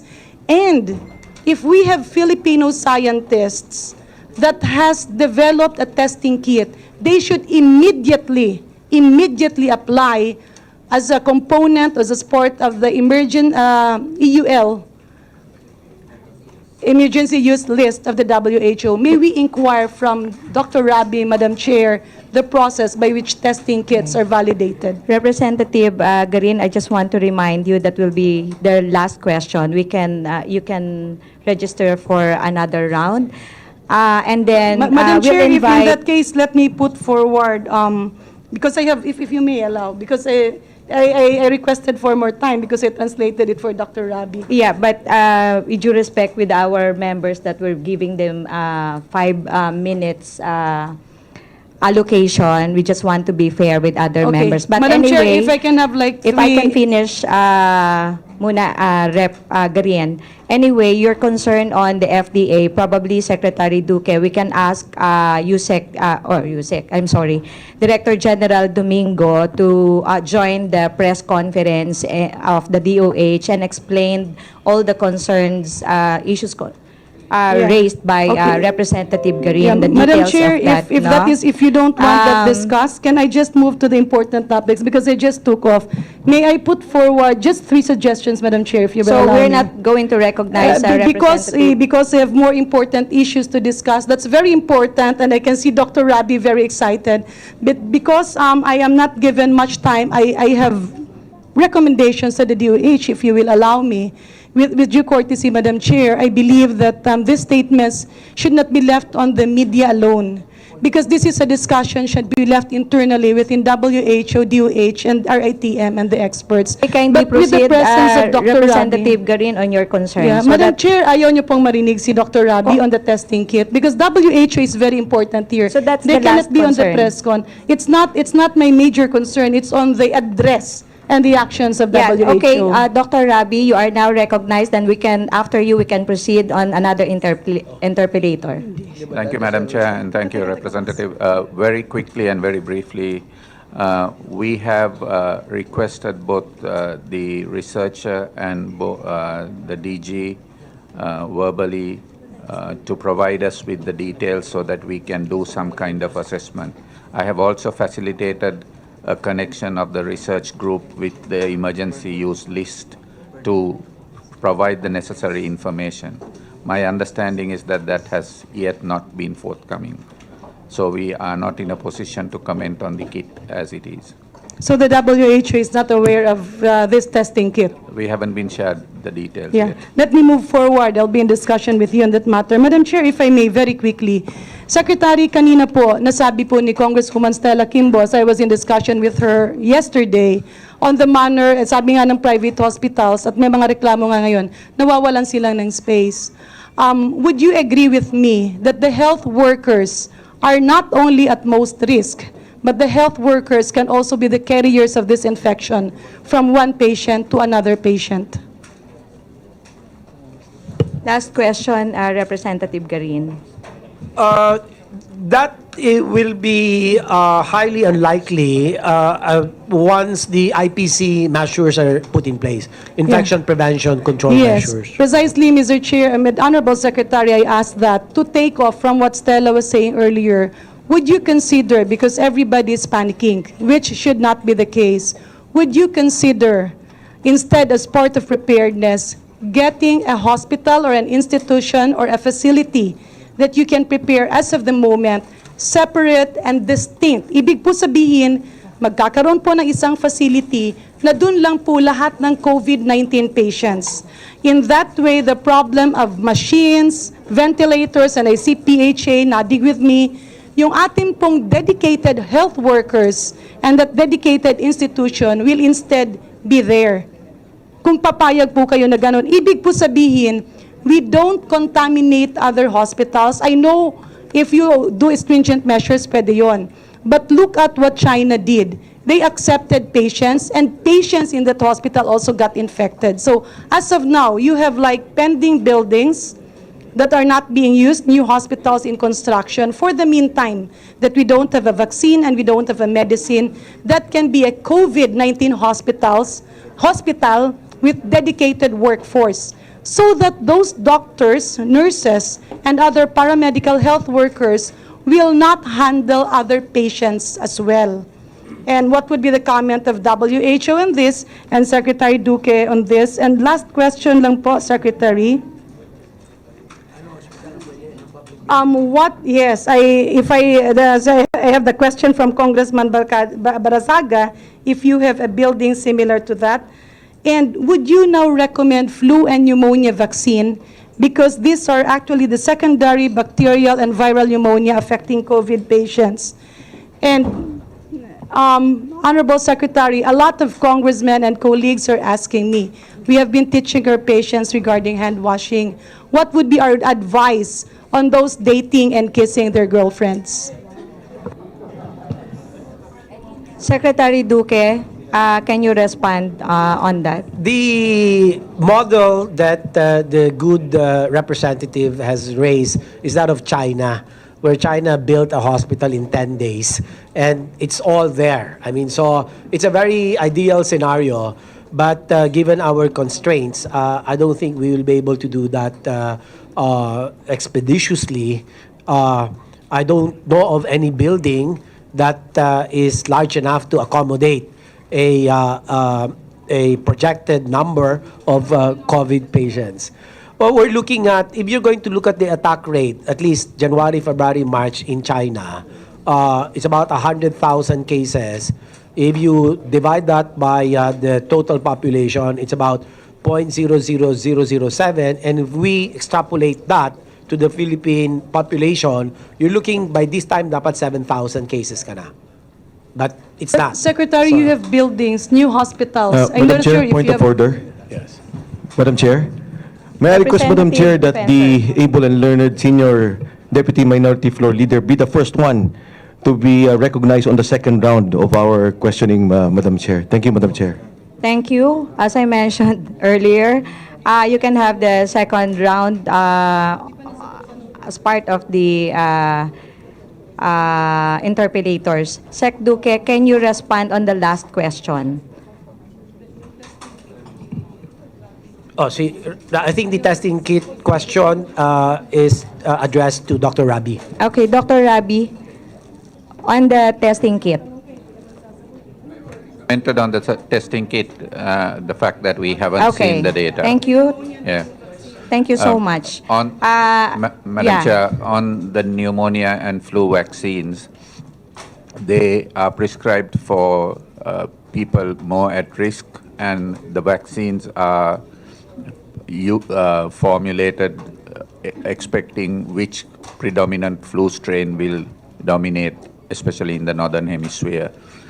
We cannot say how effective it will be in preventing this being the flu season, how effective it will be in preventing all respiratory infections that are circulating, but they may have a protective effect in protecting the most vulnerable groups.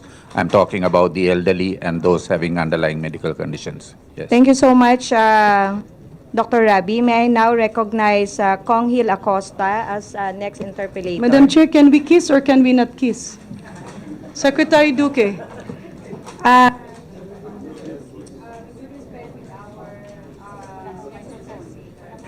Risk assessment, we have to subject the kissers to a risk assessment. Pwede daw po basta magkasawa. Pag hindi, bawal. Thank you, Madam Chair. Actually, my questions would be in relation to the questions propounded by Kong Gato. Although the cases are right here in NCR, Madam Chair, for me, living in the island province, SEC, what would be the contingency? What are the preparations being made by DOH on how to combat NCOV in the islands in the Philippines, especially island provinces, Mr. Secretary Duque?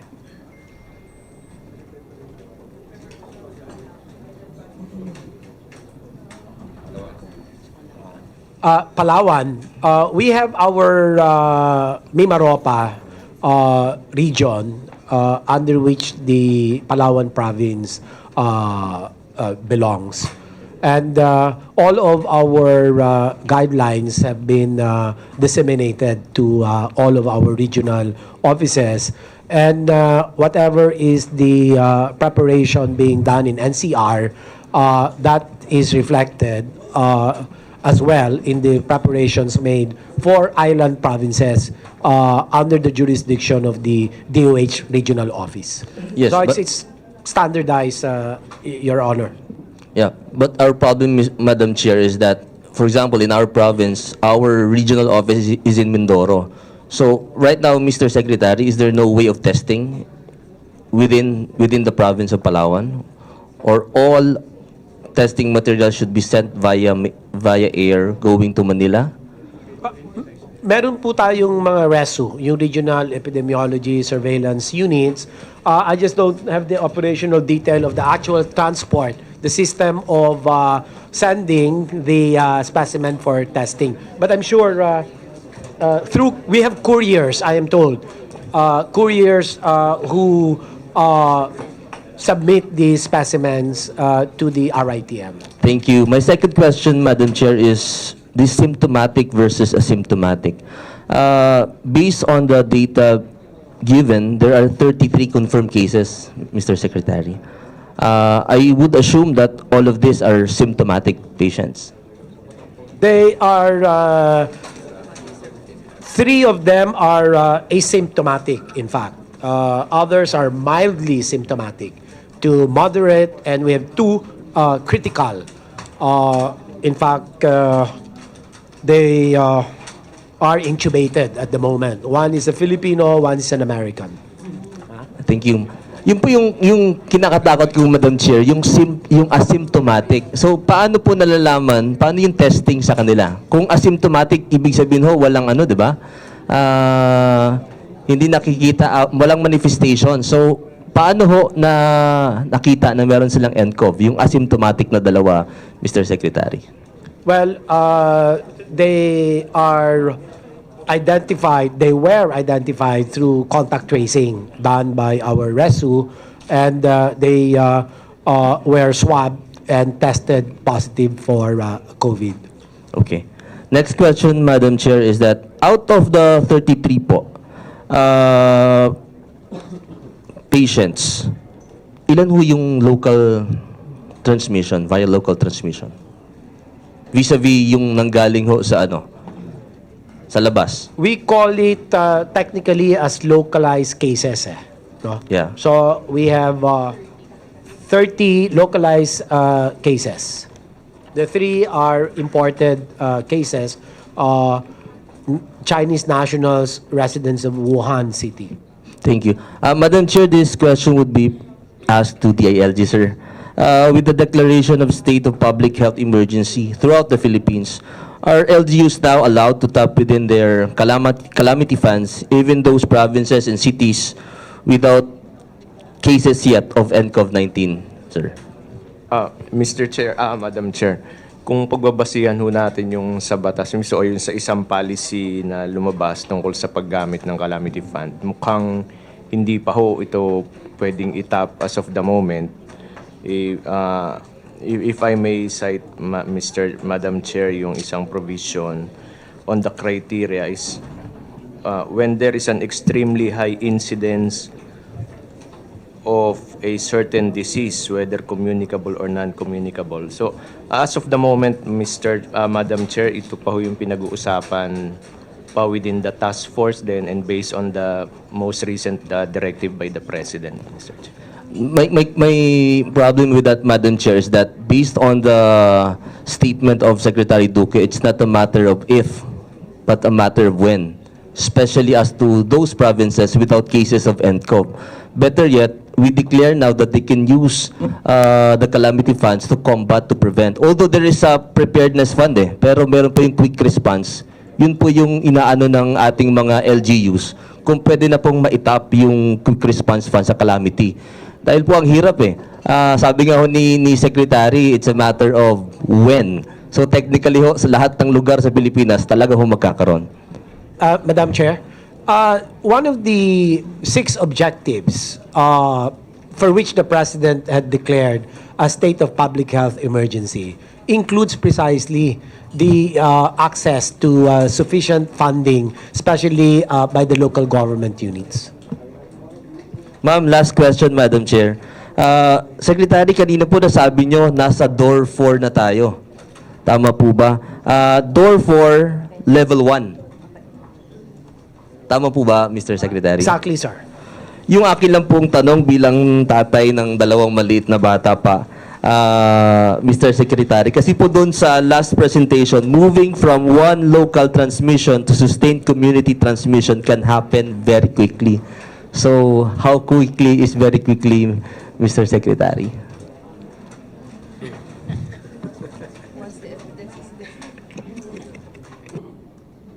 Well, if you have several local transmissions, and this will go on, and the evidence that indeed community spread, sustained human-to-human transmission is already ongoing.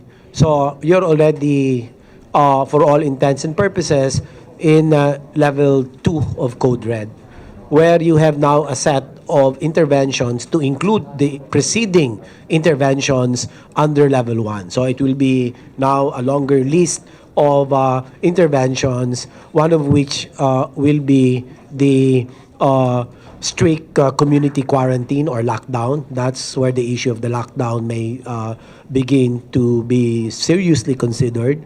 The suspension of classes, which we have done in NCR, is also to support the goal of social distancing.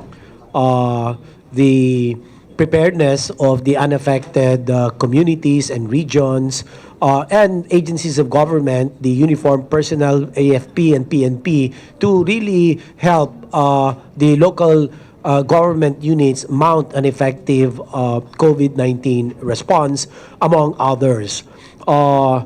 So I've said that, and the preceding interventions are in conjunction with the raising of Code Red Level 1, as I have already dictated. Thank you, Representative Acosta. May I recognize the following members who are present today: Honorable Julian Baronda from Lone District, Iloilo; Representative Braden John Biron from 4th District, Iloilo; Representative Michael Goreseta from 2nd District, Iloilo; Representative Solomon Chungalao from Lone District, Ifugao; and Representative Micaela Biolago from 2nd District, Nueva Ecija. The next interpellator is Representative Arlene Rosas from the minority. You have the floor. Thank you, Madam Chair. Madam Chair, tatanong ko po sana kung paano yung mga cases ng travel ban to China. Kamusta po? May dole po ba dito, Madam Chair? I think ASEC Cocuego, no? Can you respond to the queries of Representative Brosas?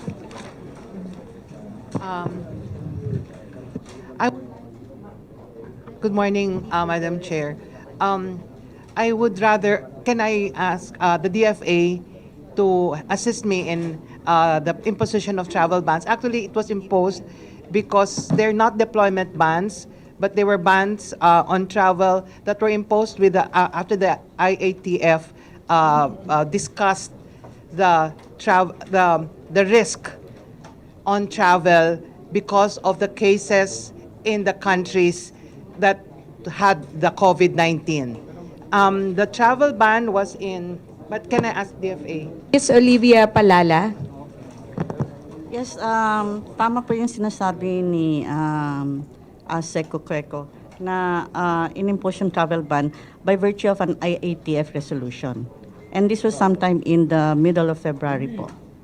I don't have the exact date. And I don't have the IATF resolution in front of me. But the exceptions to the travel ban are those who have permanent resident status in China or dependents of permanent resident status, diplomats, students, Yes, Madam Chair, I'm asking kasi isang buwan na hindi nakakapagtrabaho sa travel ban sa China ang ilan sa mga, actually kasama ko dito they would like to ask bakit may continuing travel ban samantalang walang new cases reported ng COVID dito sa mga area nila. So, isang buwan na pong walang trabaho, paano nila papakainin yung mga pamilya nila? Hirap na sila, Madam Chair. Kailangan nila ng tulong dahil actually may mga nakuha sila at natanggap sila ng mga papeles na nagsasabi na pinababalik na sila sa trabaho, pero dahil naka-travel ban tayo doon, hindi sila makabalik ngayon. Ngayon, ang problema, binibigyan silang ultimatum kapag hindi sila makabalik, hindi na sila tatanggapin. So, hindi sila makakapagtrabaho. Now, dito sa Pilipinas, ano yung ginagawa ng gobyerno natin para tulungan yung mga nagtatrabaho na kababayan natin? Mga engineers po ito mga supervisors, engineers, teachers. Yan po yung mga nandito para tanungin sa government anong ginagawa dito sa isang buwan na hindi nakakapagtrabaho nating mga kababayan at hindi makabalik-balik makapagtrabaho dun sa mga ilang mga bansa sa ibang bansa. From Dole, Aseka Cuego. Sorry, I recognized you earlier. From Dole, can you respond to the query of Kong Brosas? Although the OWA has already provided, it has been in the news that for those who were not able to travel, there was a 10,000 package that was provided by the OWA for each of those workers. And ASEC, how can they access that 10,000 package? Ma'am, OWA, the can OWA you po is explain here. it?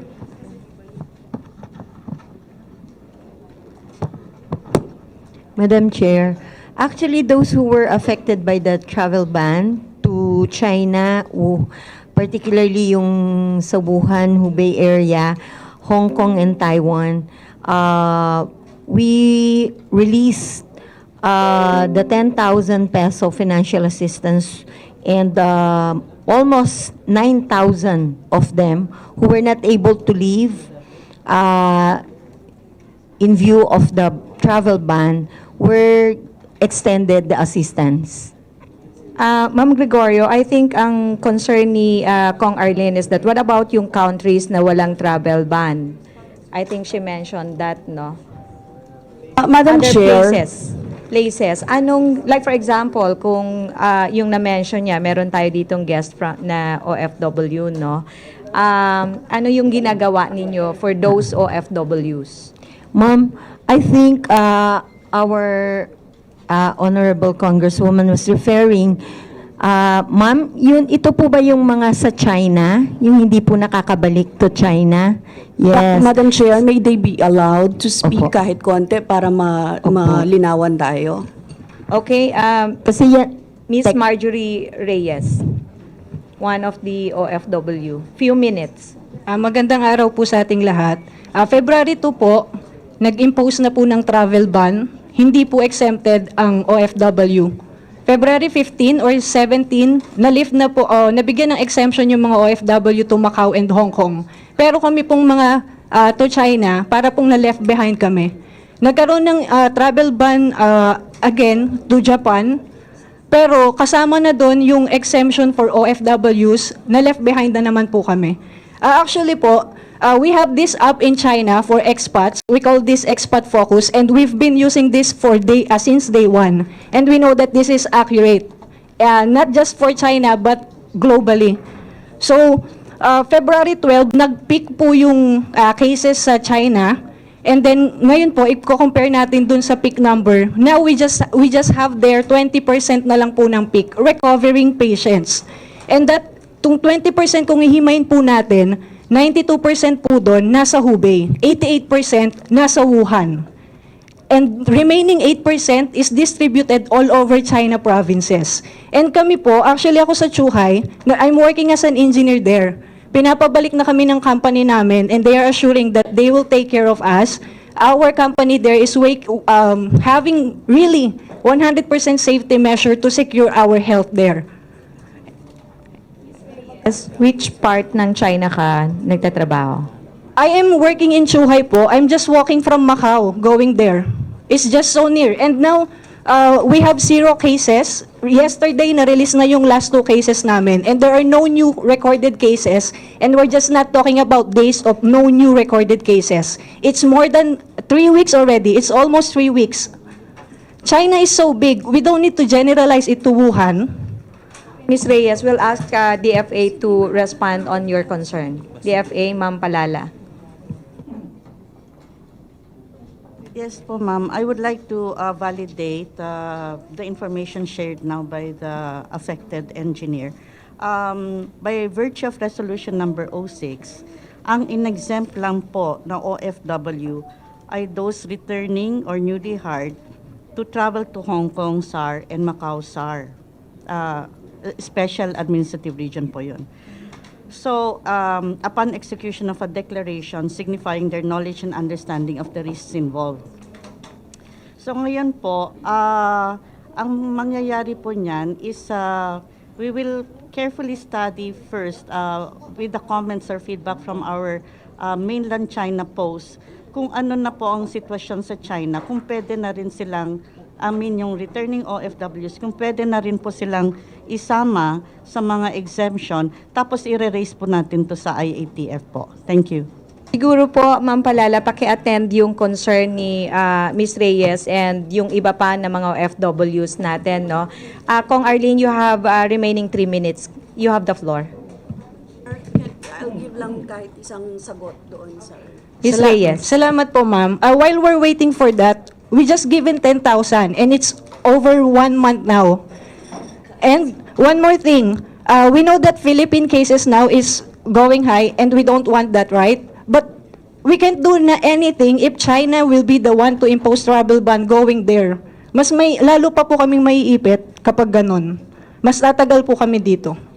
Madam Chair, if I may, I would like to reassure our compatriot engineer, we will address this immediately during our interagency task force meeting. I think that will be on Tuesday, but tonight I will have a meeting with the President and the Chinese ambassador. So I'll raise this issue with them. Thank you, Secretary Duque. Kong Arlene, kindly proceed.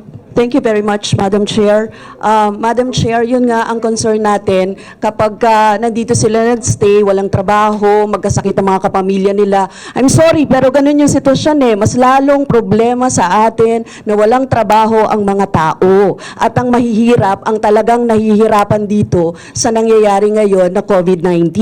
Kasi wala namang mayaman o wala namang ano ngayon na mag-share ng alcohol at saka kung ano-ano pang mga wipes at kung ano-ano pang mga pang-prevent natin. Sana nga makapag-unite ng nation ito na kahit yung mga kumikita dun sa mga masks and everything, ipamigay sa mga mahihirap kasi pare-pareho tayong apektado dito pag nagkasakit, lalo pa yung mga mahihirap. Anyway, Madam Chair, gusto ko rin itanong, yung mga hospital po ba na pampubliko, kanina naman na-discuss yun, hindi siya enough, Secretary, hindi siya enough for mga cases natin if ever magkaroon ng outbreak. Ano po ang plano ng DOH kapag, kasi meron ng mga private hospitals and I believe sa batas naman merong 10% or ilang bed capacities yung pwede nating ibigay. Ano yung ginagawa ngayon ng DOH bilang preparation since mas marami yung mga private hospitals natin? At ano yung mga ano ba yan? Ifa-fund ba natin yan? Or baka pwede nating i-stretch yan? Or baka pwedeng makipag-usap sa mga private hospitals para magbigay? Lalong-lalo na sa mga mahihirap. Kasi pupunta sila sa private hospitals, papagbayarin sila eh. Hindi na lang sila pupunta sa ospital kapag kaganon. Kaya kailangan gumawa tayo ng mga measures na makakatulong talaga sa kanila. And Secretary. Meron na po tayong mga paghahanda, mga preparations. Kasama po dito ang mga pribadong ospital. Sa ilalim po ng batas, gaya ng akin po nabanggit, 10% ng kama nila, dapat nakalaan po ito para sa mga mahihirap. At sa gobyerno naman, pampublikong mga ospital, baliktad. 90% para sa mga mahihirap at yung 10% para sa may kaya. Pero ganun pa man, amin na inatasan ang atin pong mga pampublikong ospital na yung 10% for the private, gawin na rin nilang isolation rooms para lang mas dumami ang inventory of our isolation room. So, yan po ang tugon sa inyo. Sa ibabaw po ng mga akin pong ipinakita sa akin presentation kanina, Your Honor, na yung surveillance, ginagawa po natin, yung testing capacity, pinapalawig po natin ang kakayahan ng RITM at magbukas pa ng karagdagan testing centers. Ang atin pong mga pagtugon mismo sa loob ng ospital patungkol sa infection prevention control measures, lahat po ng mga protocols ay nakatalaga na po. At ang ating pong layunin doon po sa social distancing ay ma-delay ang epidemic peak, no? Kasi pagka nagkaroon ng peaking ay magkakaroon po tayo ng surge capacity beyond our present capacity. So hanggat sa maaari po, kaya nagpa-suspindi tayo ng klase bilang pangunahing hakbang. Posible din po na ang work from home arrangements ay yung iba po ginagawa na po ng mga ibang kumpanya. Ilan po ito sa mga marami po tayo mga hakbang na isinusulong? Kasi Secretary, kaugnay doon sa pagsususpend ng classes, trabaho, actually hirap na hirap din yung mga kababayan nating mahihirap dyan eh, even sa social distancing. Yung mga poor communities natin, sila talaga yung vulnerable kasi dikit-dikit eh. Maano yung bahay. Pag isang case ka dyan, marami talagang mangyayari sa, we can just imagine kung ano mangyayari sa kanila. Tapos ngayon, halimbawa, Rep. pedicab Arlene, driver. kindly wrap up. Yes. Your time is up. Pedicab driver ang isang tao, hindi na siya makakapagtrabaho, 300 to 500 ang kanyang kikitain para sa isang araw, hindi baka mamatay naman sa gutom yung mga tao kapag ganito, no? Hindi naman pwedeng hindi natin i-take into consideration itong mga ito. At ang talagang kahilingan nila ay cheaper and more accessible to the population, yung mga gamot, yung mga pangangailangan, yung mga pang-prevent, Madam Chair. Yeah, meron po tayong mga tinatawag na social protection programs. Andyan po ang PhilHealth na nagbabayad po ng kanilang pagpapa-hospital. Andyan din po ang ating DSWD sa kanila pong 4-piece program, yung Pantawid Pamilyang Pilipino program. At si Pangulong Duterte mismo, nung pong amin huling pagpupulong, siya ang nagsisiguro na gagawin ng gobyerno ang lahat para hindi po makaligtaan, mabigyan po ng sapat na suporta ang ating po mga mahihirap na mga kababayan. Thank you so Madam much, Chair, may Representative dagdag- Arlene. Your time is Yes, up. dagdag You na can- lang po. Second round One na lang last. po. One Second last, round, Madam Chair. Rep. Arlene, second round. We'd like to recognize Representative Nina Taduran. We have long list of interpellators. We have as of now 30 interpellators. So we need to be strict on time. Thank you very much, Madam Chair. Kay Secretary Duque, bakit po, Mr. Secretary, biglang tumaas yung local transmission ng COVID-19? Possible factor po ba nito is yung delayed na disclosure sa mga patients na nagpositibo po sa COVID-19? Hindi po, Madam Chair. Dapat maintindihan po natin na ang isa po tayo sa mga bansa na nagtalaga ng absolute travel ban on persons and nationals coming from China and its special administrative regions, Hong Kong and Macau. At naniniwala po ang Interagency Task Force na itong hakbang na ito ang siyang nakapag-delay by a month the entry of the COVID virus in the local communities. So, yun po ang magandang ginawa natin as one of the interventions. yung pong sinasabi ninyong hindi nag-disclose, nagkaroon lang ho ng konting aberya sa reporting system. Pero I assure you, there was no deliberate intention on the part of the DOH to not disclose important pieces of information as can be legally allowed under the law. Salamat. All right. My follow-up question is, so far po ba, although we're not praying or hoping na meron na tayong casualty, meron na po bang casualty ng local transmission ng COVID-19, Mr. Secretary? Sa ngayon po, wala pa po. Okay. And is it possible na tumaas pa po? Kasi sa ngayon, ang sabi nyo, 33 na yung positive sa COVID-19. Since na-trace na po yung mga nakasalamuhan mga pasyente, is that a possibility? Oh, it na is a tumaas very pa po ang huge possibility, bilang? Your Honor. Yes, yes. Talagang tataas pa ho ang bilang niyan. At 100 at 4 na bansa sa buong mundo ay meron na nito at 40 to 50 na po ang may local transmission. Can you say po ba, Mr. Secretary, na meron na tayong COVID outbreak sa Pilipinas? The definition, basta bago itong virus na ito, kahit na isa is already considered an outbreak. And I've been wanting to ask this since yesterday. Are you considering a lockdown in Metro Manila? Kasi ang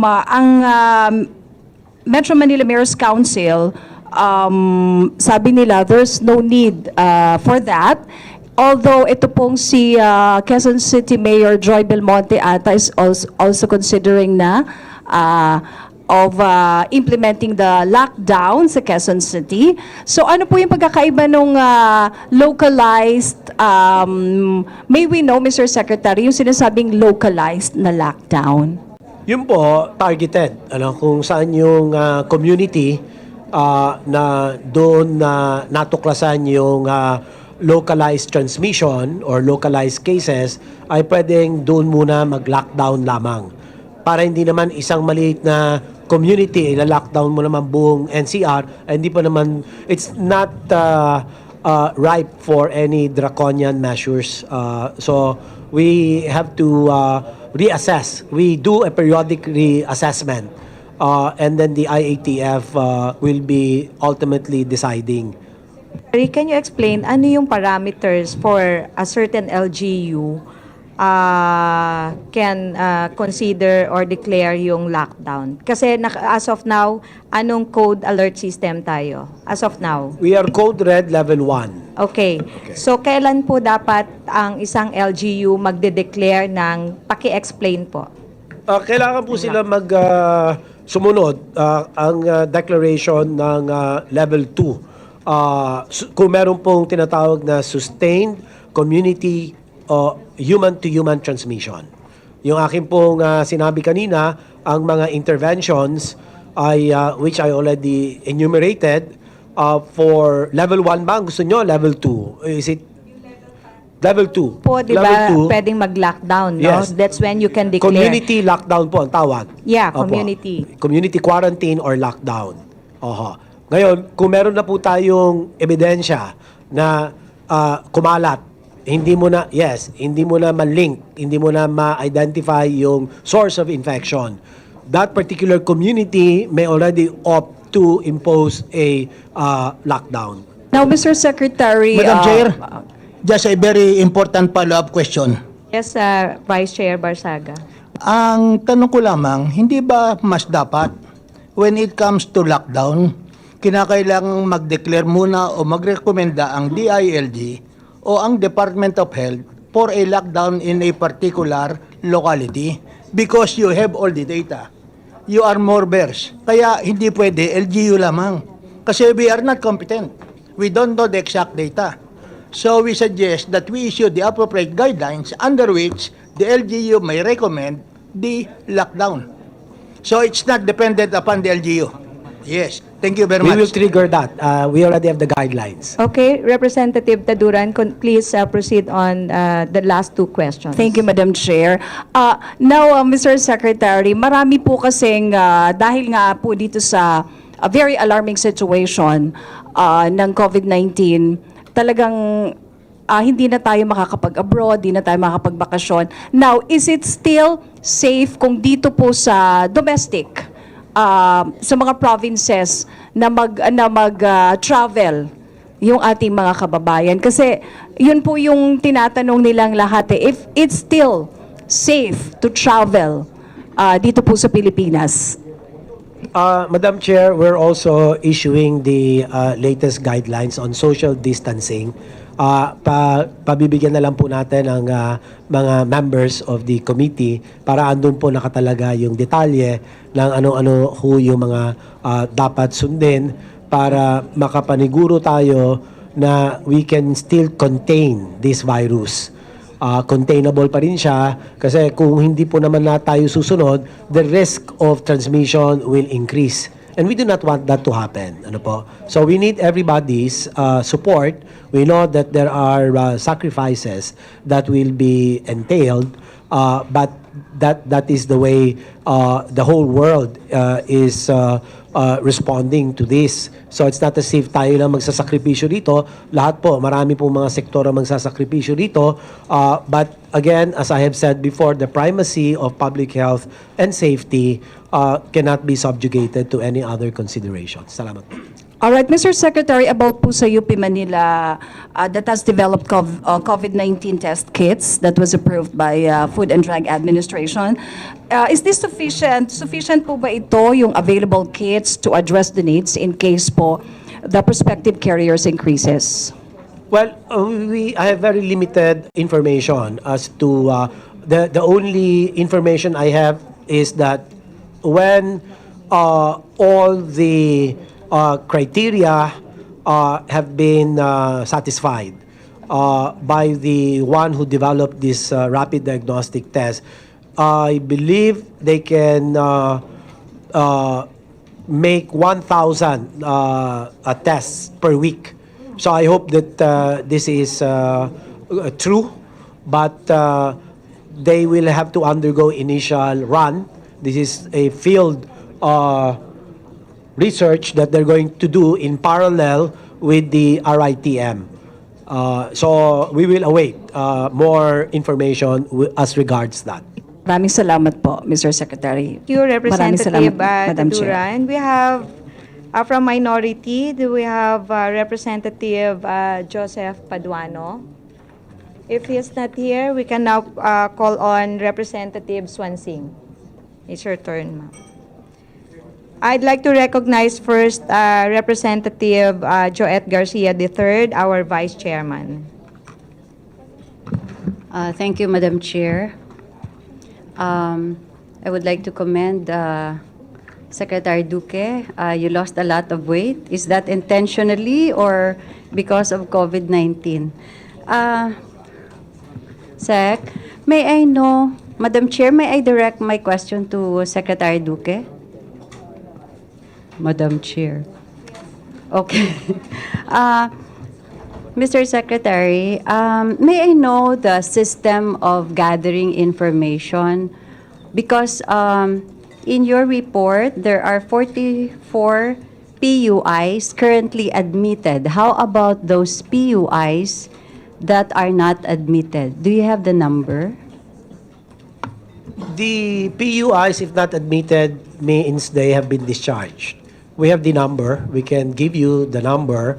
But the reporting system is really pretty much in place within the COVID-19 Emergency Operation Center in the DOH. Okay. So we can give you all the detailed reports with regard to the summary of patients under investigation, persons under monitoring, the stock levels of personal protective equipment, the regional geographic distribution of the different PUIs and confirmed cases. So we can give you a comprehensive report to cover important data and information. Okay. Do you have home quarantine figures? do you have information of those who are in their houses? Yes, You Your call Honor. it home quarantine? Yes, we What have. is your policy on this? The policy there is that once a patient, for example, has a history of travel to a COVID-19 country, but does not manifest any symptoms, the advisory is for them to do home quarantine with close monitoring by the LGUs. In coordination with our regional epidemiology and surveillance unit personnel. So they are asked to monitor their temperature twice a day. They're asked also to watch out for some symptoms such as fever, coughs, and other non-specific symptoms.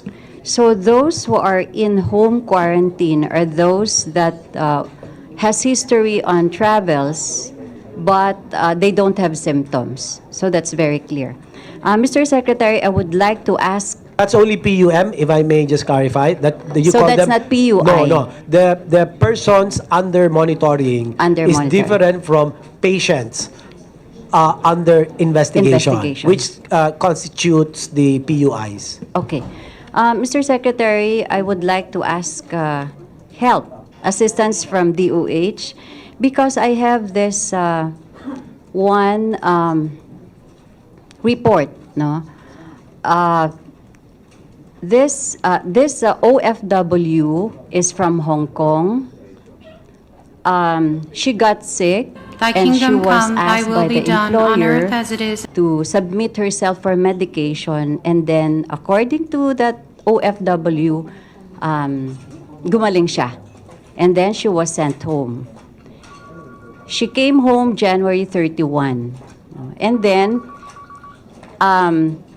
so because of the information gathering from the barangay health workers, parang na-chismis na umuwi, and then may ubo, may lagnat. So meaning, siguro, bumalik yung sakit niya. So the MHO went to the house of the Bianan. I would like to mention the municipality and the barangay. It's Maturanok, Gimba. And then when the health workers went there, ang sabi, hindi daw doon nakatira, kundi doon sa isang bayan ko sa Aliaga. And the barangay is San Emiliano. So this MHO of Gimba coordinated with that MHO from Aliaga. And then, itong MHO ng Gimba, nakialam, she went to the house. And then she said, sinabi doon, wala na doon. Nandun na naman sa Gimba. Doon sa Bianan. Okay? Ngayon, nung dumating doon sa Gimba, nakausap ng MHO ng Gimba yung OFW. And she admitted that she has coughing, she has sore throat. Ang masakit, Secretary Duque, hindi nila pinasok sa ospital. And now, the OFW is missing. So please help me on this. We can look into this. Can you just give us some more information? So Number two is, what will we do with this MHO? Bakit pa niya pinabayaan na hindi pinasok sa ospital? DILG, please. Madam Chair, we'll get a report na lang from our field people and from you personally on how we should be dealing with that situation, Yes, Madam Chair. I can give you the name of the MHO, but before you give a disciplinary action, please investigate muna, no? Because, Mr. Secretary, ang dami na niyang pinuntahan. So baka infected na yung buong kasama niya sa house, dun sa Aliaga, and then she went to another municipality. So please help me on this, Mr. Secretary. This is very alarming. Ma'am, if I may just again underscore, yung pong mga 82% ng COVID-19 cases are mild. self-limiting. So sila mismo on their own gumagaling. The remaining 13 to 15% would be moderate to severe. Okay? Na yan, kailangan natin ma-hospital yan. At yung 5% critical. Siguradong kinakailangan po ng mas mataas na pangangasiwa, no? Lalo na kung may mga acute respiratory distress syndrome na, no? Pero ang kinakailangan po natin maintindihan dito ay mukhang yung sistema sa LGU ay kinakailangan ripasuhin ito dahil hindi po maganda itong nangyari na ito. But do not be alarmed because we will take care of that with the DILG. Secretary Duque, interject ko lang, no, in relation doon sa concern ni Kong Swansing. I know one case also in the province of Bulacan, no.